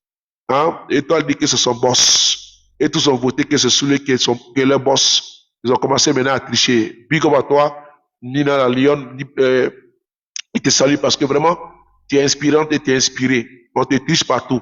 J'ai même vu Étoile Lyon. J'ai vu Étoile Filante, la copie. Donc, ils nous copient toujours. J'ai vu le frapponneur. Il y a beaucoup de comptes, hein, ils vous copient. Parce que toujours imité, mais jamais égalé. Merci beaucoup à vous. C'est vous qui inspirez les moutons du RDR. Donc, quand il dit mouton, ce n'est pas une injure, hein, je l'ai dit, loin de moi, l'idée d'insulter. Il y a des gênés là-bas, hein, voilà, qui sont, comment dirais-je, RHDP. Donc, je ne vous insulte pas, hein, c'est parce que les sardinards, moi je vous appelle les sardinards, parce que vous aimez la sardine et le pain. Parce qu'à chaque manifestation du RDR, il faut assez de pain et de sardines. Et ils mettent ça dans les bourreaux. Donc, il y a beaucoup huilé. Ils aiment bien ça. Donc, je vais vous faire écouter ça rapidement, puis je vais arrêter le direct parce que je dois sortir les 22h30. Je n'ai pas été long aujourd'hui. J'ai été tapoté en matin les 200 000 tapotages. Ça, c'est le micro de la République. Hein. Vous avez vu, je suis pas à mon aise. Hein. On m'a demandé de mettre, mais je ne suis pas trop à l'aise avec ce micro-là. Je préfère sans micro. Et surtout quand je suis dans la voiture, le micro-là, j'ai cassé. Parce que quand moi je parle, il y a les gestuels africains qui est à moi. C'est inné. Donc, le micro-là, donc, sachez que la prochaine fois, vous n'aurez pas le micro en, comment dirais-je, là, je sens que je n'écris pas. Je sens que ma voix, moi j'ai une grosse voix. Et je sens que c'est à fond dedans. Il n'y a pas de retour. Attendez-moi quelque chose. Il n'y a pas de retour. Oui, tu vois? Je parle doucement, c'est pas mal aussi. Donc, je vois pourquoi les gens qui font les directs la nuit, tu es à la maison, tu sens que, bon, voilà, le son, il est bien amplifié dans les micros, et ça transperce, ça perce. Donc, je pense que c'est bon. Voilà. Donc, je pense que, même au bâtard sauté, si la nuit, comme ça, si je suis fâché, j'ai même mon matos, au lieu de déranger, et que ce soit, ou bien non, mais je mets ça, et puis je suis sur vous, je suis en train de galoper, akrikata. Bon, on va écouter la vidéo de Robert Navarro, comment dire son enregistrement, et vous allez voir que il va citer qu'il a vu ça sur les réseaux sociaux. Mais vous avez de la chance d'avoir, et nous aussi on a de la chance d'être parmi vous, d'être avec vous. Vous avez de la chance d'avoir des activistes qui sont cohérents. Je cite ici tous mes camarades avec lesquels nous faisons le combat et tenais à les saluer de l'opposition ivoirienne. Voilà, je tenais à les saluer parce qu'il y a une cohérence. Il y a certains qui ont décidé d'aller au RHDP. Il faut les souhaiter bon vent, hein, c'est important. Et l'histoire nous dira qui a eu raison très tôt. Et je suis sûr qu'il ne faut pas se mettre toujours du côté des vainqueurs. Parce que le vainqueur n'a pas tout le temps raison, je crois bien. Et donc, 16 ans plus tard, je pense que ce n'est pas aujourd'hui qu'on doit rejoindre ce parti-là. Voilà, donc avant de franchir le Rubicon, il faut réfléchir plusieurs fois. Parce que le RDR, vous ne pouvez pas, comment dirais-je, supporter son héritage, qui est un héritage qui est très lourd. Donc, en tout cas, ceux qui sont partis au RHDP, ils peuvent partir toujours. Et là-bas, parce que, voilà, je sais que quand tu rentres dans un restaurant, que tu es coutumier à ce restaurant-là, tu peux manger aujourd'hui des lentilles. Et le lendemain, tu peux demander des entrecôtes ou bien du tartare. Maintenant, si tu vois que ça ne va pas, tu demandes, comment on peut ça même, du cassoulet, ou tu demandes, pardon, du couscous. Tu peux demander également du tchèp ou bien du mafé. Ça dépend, c'est à ta convenance. Et donc, je pense que s'ils sont fatigués de l'opposition, et parce que dans l'opposition, nous avons d'abord nous avons des bons plats, des bons plats bien aromatisés, mais ils ont décidé d'aller brouter de l'herbe. Donc, vraiment, c'est dommage. D'un instant, on décide de quitter, qu'on appelle ça même, le restaurant, et pour aller, comme dans les toilettes du restaurant, il y a un souci. Dans le restaurant, on est bien attablé, et puis on est bien servi. Bon, la restauratrice te dit, bon, assieds-toi à table, et puis elle te sert bien. Tu refuses, tu vas aller manger du gratin. Ben, on va les laisser manger du gratin, ou bien pour aller racler la marmite. Sinon, normalement, ils étaient bien servis dans l'opposition, respectés, mais ils ont dit qu'ils vont partir au restaurant. Mais je pense que s'il y a beaucoup de plats là-bas qui pensent à nous, hein, parce que comme on le dit dans l'opposition, on n'a pas les tiers, on n'a pas l'argent. Donc, c'est eux qui sont au pouvoir. Donc, faut penser à nous, pour nous faire des petits virements de Orange Money et des dépôts. Donc, je sais compter sur ceux qui ont rejoint le RHDP. Je pense à vous de penser à nous. Quand je dis ceux qui ont rejoint le RHDP, voilà, parce que souvent les gens font de la confusion. Je pense ici à monsieur Alain Michel Lebognon, je pense ici à l'autre du PDCI-RDA, je pense ici à Alci DJ, je pense ici également à, comment on appelle ça même, à l'autre, j'oublie son nom, Alphonse Soro, je pense également à Mété Sindou, je pense ici également à, comment dirais-je, tous ceux qui étaient un peu proches du président Guillaume Soro, de penser à nous, de nous faire des dépôts. Voilà, c'est important. Voilà, envoyez-nous des dépôts, parce que là-bas, il paraît qu'il y a beaucoup d'argent et que tout le monde est à l'aise. Donc, pensez à nous, s'il vous plaît. Un peu de dépôt, ça va me faire plaisir. On va essayer d'écouter. Quand vous me faites dépôt, là, je vais donner la part des autres aussi. Donc, passez à Soulé, faites-moi les dépôts et puis on va contaminer. N'oubliez pas le 8, hein, le 8 mai, nous serons, il y aura l'anniversaire du président Guillaume Soro. Je vous invite à prendre toute votre place. C'est pas une invitation qui est ouverte à tout le monde. C'est ouvert à ceux qui sont conviés, ceux qui sont invités. C'est trié sur le volet pour éviter certaines infiltrations. Certaines personnes qui peuvent venir, qui auront des pensées malveillantes, d'empoisonnement, d'agression et tout ça. Toutes les dispositions ont été prises, hein, ont été prises pour contenir. Comme dans tous les événements de GPS, nous avons un service d'ordre, un service de sécurité qui est à la pointe du maintien de la sécurité. Et donc, nous avons pratiquement une quinzaine de personnes qui sont détachées pour la situation. Sans oublier, la salle a été louée en bonne et due forme. Un contrat a été signé. Et donc, c'est une situation qui est déclarée. Et donc, tous ceux qui vont s'inviter là-bas, de façon, qu'on appelle ça même, belliqueuse, parce qu'eux n'ont pas été invités, je pense qu'elles iront faire un tour d'abord au commissariat. Elles vont passer là-bas leur week-end parce que je pense que c'est un long week-end ce jour-là. Le 8 mai, c'est un jour férié en France. Et je pense qu'ils vont passer un bon temps au commissariat. Ils vont manger la nourriture n'est-ce pas, de la garde à vue. Bon, je pense que, outre ça, avant d'aller au commissariat, je pense qu'on va leur donner, n'est-ce pas, de bons conseils. Voilà, on va les faire asseoir et leur donner de bons conseils. Voilà, je pense qu'ils vont plus s'inviter encore dans un endroit où ils ne sont pas conviés. Et donc, c'est très clair. Comme la menace vient d'eux, nous ne sommes pas dans la menace, nous sommes dans la défense. Donc, toute personne qui n'est pas conviée à cette rencontre, si elle s'y invite, je pense qu'elle aura également des femmes et des hommes pour lui dire à quoi bas, pour leur dire à quoi bas. Il peut nous faire confiance, que nous sommes prêts. et on attend tous ceux qui pensent qu'ils pourront s'inviter là-bas et puis jouer les troubles fêtes. Voilà, ceux qui vont s'inviter jouer les troubles fêtes, je pense que j'ai déjà donné 2 bons conseils. Et soit ils iront d'abord le dernier recours, c'est qu'ils iront au commissariat pour aller passer un bon week-end avec les policiers. Parce que nous sommes pas en train d'organiser dans la clandestinité l'anniversaire de notre président. Et donc, ceux qui ont des velléités, on ne peut les empêcher. Hein. Il y a la voie publique en face n'est-ce pas, de l'endroit. Elle est pratiquement à 50 mètres. Et donc, même dans le périmètre, les personnes ne sont pas les bienvenues. Ce sera de la provocation, puisque les autorités compétentes sont avisées. Ils savent que certains sont dans une posture belliqueuse, mais avant qu'il y aura une charge de la venue des policiers pour venir les sauver, je pense qu'ils auront vraiment passé un sale quart d'heure entre les mains des services de sécurité. Donc, ça, ce côté-là, il faut nous faire confiance, que toutes les dispositions ont été prises et nous ne serons pas surpris. Et à chaque fois que nous sortons également, nous prenons toutes les garanties, on met les garde-fous pour faire face à la menace. Donc, le 8 mai, nous serons du côté de Paris. Et nous attendons pratiquement, la salle est déjà, je peux dire, quasi pleine. Elle est quasi pleine. La salle est quasi pleine déjà. Voilà, avec les militants de GPS, ils seront présents, si Dieu le veut, par sa puissance. Une très belle salle, à l'image, n'est-ce pas, du président Guillaume Soro.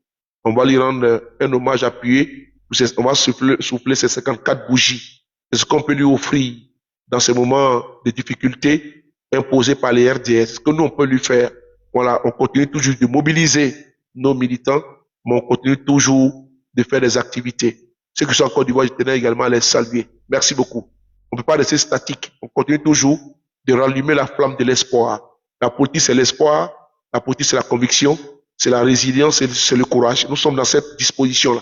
Le 8, nous n'oubliez pas, les pagnes de GPS sont également disponibles.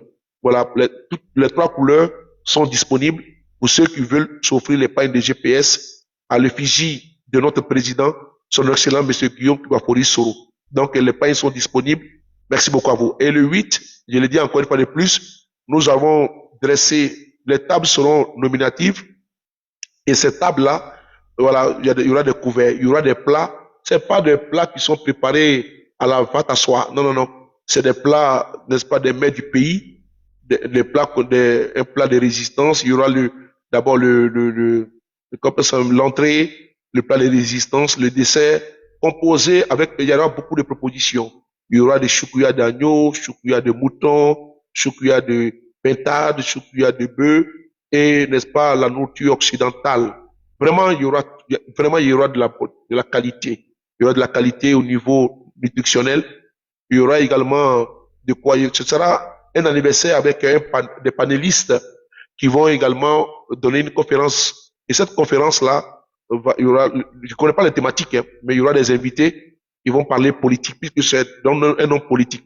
Nous allons inviter naturellement nos frères du PDCI RDA, comme nous le ferons à l'accoutumée. Nous l'avons fait dernièrement. Ils seront invités. Une carte de visite sera dressée aux responsables du PDCI, en l'occurrence M. Nestor Kofi, pour les convier, les inviter à prendre part à l'anniversaire du président Guillaume Soro. Très bientôt, on va effectuer un voyage. Là, je ne le dis pas pour le moment. Un voyage politique. Et dans les jours à venir, si Dieu le veut, je serai dans un voyage politique. Et donc, également, nous allons, il n'y a pas de problème. Nous allons également inviter nos frères et sœurs du PPACI. Nous allons dresser une invitation en bonne et due forme à nos frères du PPACI, en l'occurrence, son premier responsable, et à nos camarades qui vont avec, nos camarades également, qui sont, sans oublier, aux responsables du mouvement Trop c'est trop, le mouvement Trop c'est trop, dont je suis le numéro 2 en Europe. Donc, nous allons inviter nos camarades de Trop c'est trop, qui seront également présents. Voilà, ils seront reçus avec respect. Ils auront aussi également le privilège de prendre le micro et de dérouler les discours sans filtre. C'est important. Il dit bien sans filtre. Voilà, ils prennent le micro. On se connaît très bien dans les manifestations politiques et autres. On se côtoie depuis belle lurette. Ce ne serait pas judicieux de ne pas les inviter. Je pense que quand ils ont les événements, ils nous invitent. Voilà, le PDCI nous invite, le PPACI nous invite, donc il faut retenir l'ascenseur. C'est très, très important. Voilà, les événements du PDCI, nous sommes invités. Les événements du PPACI, nous sommes invités. On ne peut pas organiser notre événement et ne pas les inviter. Même si les places sont vraiment limitées, je le dis encore une fois de plus, nos camarades du PPACI seront présents, nos camarades du PDCI seront présents, nos camarades du mouvement Trop c'est trop seront présents et ils seront chouchoutés, hein. Voilà, ils seront chouchoutés. Voilà, ce sont nos invités. Voilà, on va les chouchouter, il faut les chouchouter, hein. On va les mettre un service spécial qui va s'occuper d'eux spécialement. Ils vont manquer de rien, ils vont passer une très belle soirée, une très bonne soirée en notre compagnie. Voilà, parce qu'il faut qu'on mette la barre très haute. Il ne faudrait pas que les Oprah viennent et puis elles se retrouvent ne pas être bien logées. Je sais qu'on nous attend et les rendez-vous, on va relever les défis, voilà, à la hauteur de votre personnalité, du PPACI, du PDCI RDA et du mouvement Trop c'est trop. C'est un anniversaire qui va faire parler, qui va faire jaser. La sécurité sera garantie à 1000%. Le service d'ordre est déjà sur pied et tout est prêt, tout est calé. Vraiment, vous pouvez faire confiance que nous sommes en train de travailler. Et ne vous inquiétez même pas. Ne vous inquiétez même pas, c'est un endroit qui est très sécurisé. C'est un endroit, nous avons signé le contrat en bonne et due forme. Et outre la sécurité qui est là-bas, avec les caméras qui sont, n'est-ce pas, dans les encablures et devant tout, sans oublier les services de sécurité, tout, c'est un contrat en bonne et due forme. Et le commissariat se trouve à pratiquement 300 à 400 mètres. Donc, vous êtes sécurisé, hein. Vous avez vu 15 agents de sécurité, ceux qui vont filtrer à l'entrée. À l'entrée de la salle, ceux qui seront également à l'intérieur de la salle. C'est une salle qui peut être chauffée ou climatisée. Ça dépend. Donc, s'il fait chaud, vous avez le climatiseur qui donne et qui tape, et le frayon tape à fond la caisse. Donc, ne vous inquiétez pas, la chaleur, ne vous inquiétez pas, s'il fait chaud, vraiment, c'est une salle de haut standing. Et donc, vous serez vraiment, non, ce jour-là, c'est pas bon, hein. On dit Yoromai, d'après Baboko. Donc, le 8 mai, par la grâce de Dieu, voilà, le 8 mai, vous allez voir que on va mettre la barre très, très haute et grâce aux contributions des militants et militantes de GPS, je tenais à les saluer, ils continuent toujours à faire leurs contributions. Voilà, c'est ce qu'on peut faire. On continue nos communications, on continue nos sensibilisations, mais outre ça, si on veut rendre un hommage à notre président, on va le faire. La fois dernière, j'ai vu une rencontre des militants du PDCI RDA. Il y a Amoui qui m'a même invité le jour des Pâques Routou. Et tous les partis politiques de l'opposition, vraiment, font les événements. Et le GPS ne peut pas rester, quand on fait ça même en marche, sans faire ses activités. Nous le faisons. Madame Wassa Koulibaly, au niveau de l'Angleterre, fait ces événements. Et nous, ici à Paris, on va le faire. Et en Belgique, nous serons en Belgique. Voilà, j'allais oublier. On sera en Belgique la première semaine du mois de mai. Il y a un tournoi de football qui est organisé par GPS Belgique. Nous serons là-bas pour aller jouer contre eux. Et j'y serai par la grâce de Dieu. On va y être en Belgique pour aller jouer contre nos camarades de Belgique. On va les frapper pratiquement 10-0. Donc ça, je donne. Je suis le capitaine. Voilà. Je joue. Je suis attaquant de points. Je suis Messi.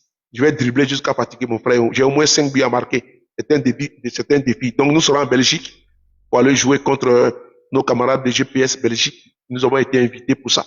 Donc, je vais vous donner les détails plus tard si j'ai... Oui, on sera en Belgique.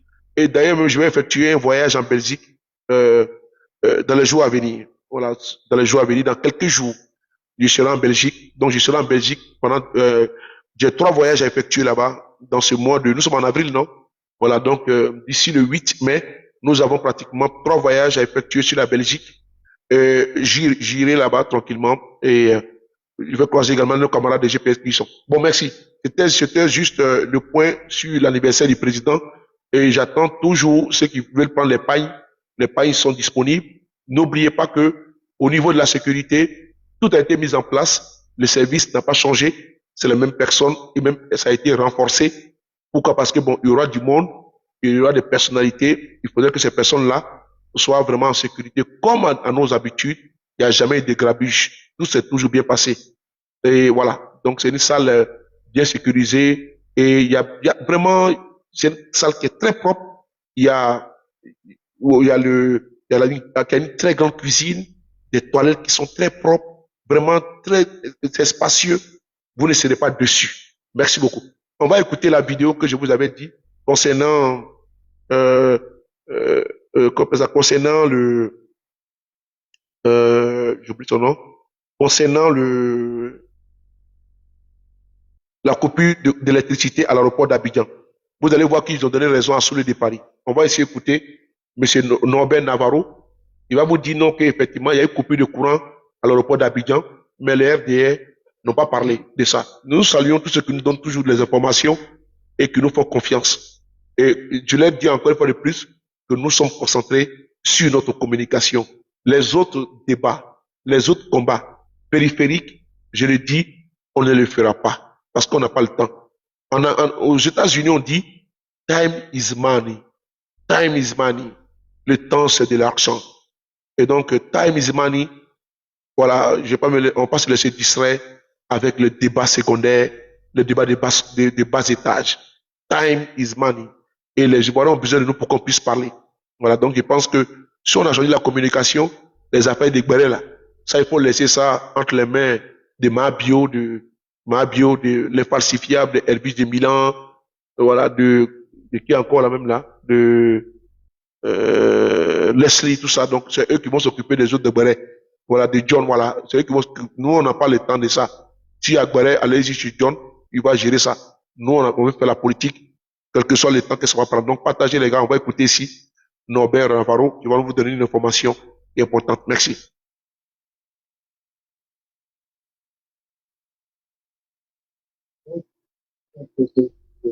Livré maintenant ait été publié dans la journée d'hier sur un réseau.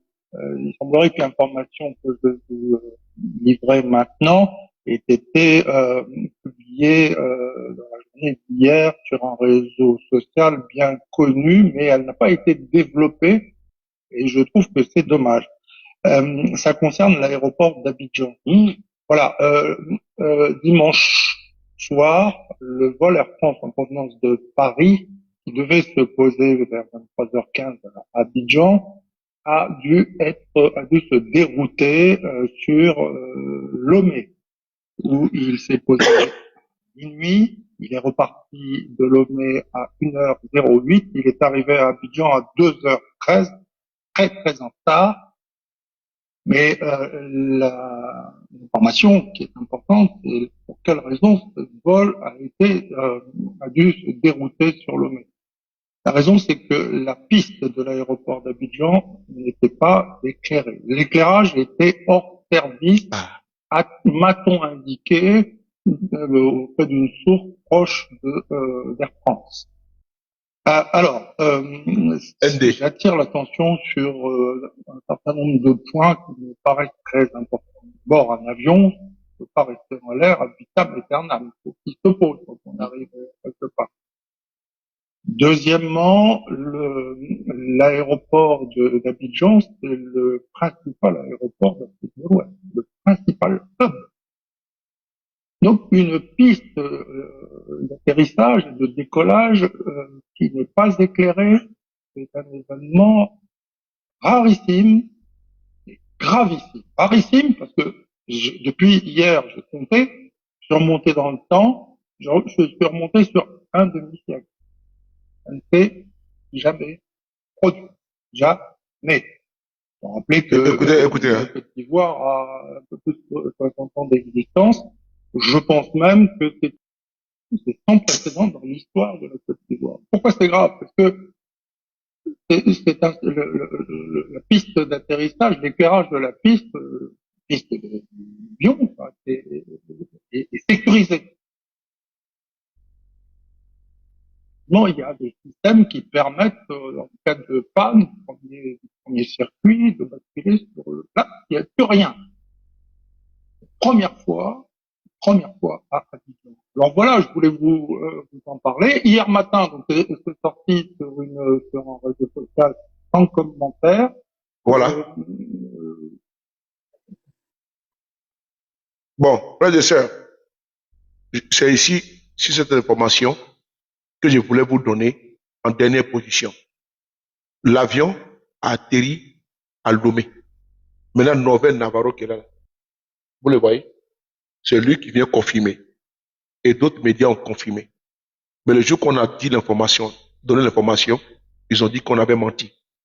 Donc, vous comprenez aisément que souvent, on va dire à 99%, nos informations sont très vraies. Je voulais vider les désinformations concernant l'électricité, celles concernant les 2 milliards que nous avons fait pratiquement en 1 heure et quelques. Donc, je vous donne rendez-vous tout à l'heure aux environs de 1h30 ou minuit, 1h du matin et de Paris, qui sera 23h et d'Abidjan pour notre deuxième sujet, qui sera sur un autre point, notre deuxième sujet. Et si on continue, là, ici, déjà à 31%, à 11%. Parce que je ne sais pas, vous voyez ici, là, il y a un câble blanc. Quand je suis en direct comme ça, je mets le micro, je ne peux pas charger le téléphone. Donc, je suis à 11%. Donc, je ne sais pas comment je vais faire. Attends, je vais enlever, vous allez voir. Je suis obligé d'enlever ça, regardez ça. Ouais, j'ai les câbles. Ouais, c'est les câbles là que j'ai. Vous voyez? Donc, je suis obligé de brancher. Je branche ça sur le truc là. Donc, je ne connais pas encore. Donc, comment dirais-je, comment dirais-je, le mot me manque là, je vais me familiariser au masque là, pardon, au casque et puis à ce bidule là. Donc, au fur et à mesure. Donc, il faut que j'achète un adaptateur qui me permet de pouvoir connecter les deux ensemble, chargeur et tout ça en même temps. Donc, prenez soin de vous. On a eu pratiquement 18 000 personnes qui nous ont regardé. Merci beaucoup à ceux qui m'ont donné les cadeaux. Et je vous dis à tout à l'heure, prenez soin de vous, qu'à chaque jour est une vie et on se lèvera très bientôt avec le même plaisir. Si vous ne dormez pas, rendez-vous à 1h du matin, heure de Paris, 23h, heure d'Abidjan. Merci beaucoup. Oprah, on s'appelle, non? Merci beaucoup à toi. À tout à l'heure, tout le monde. Merci beaucoup.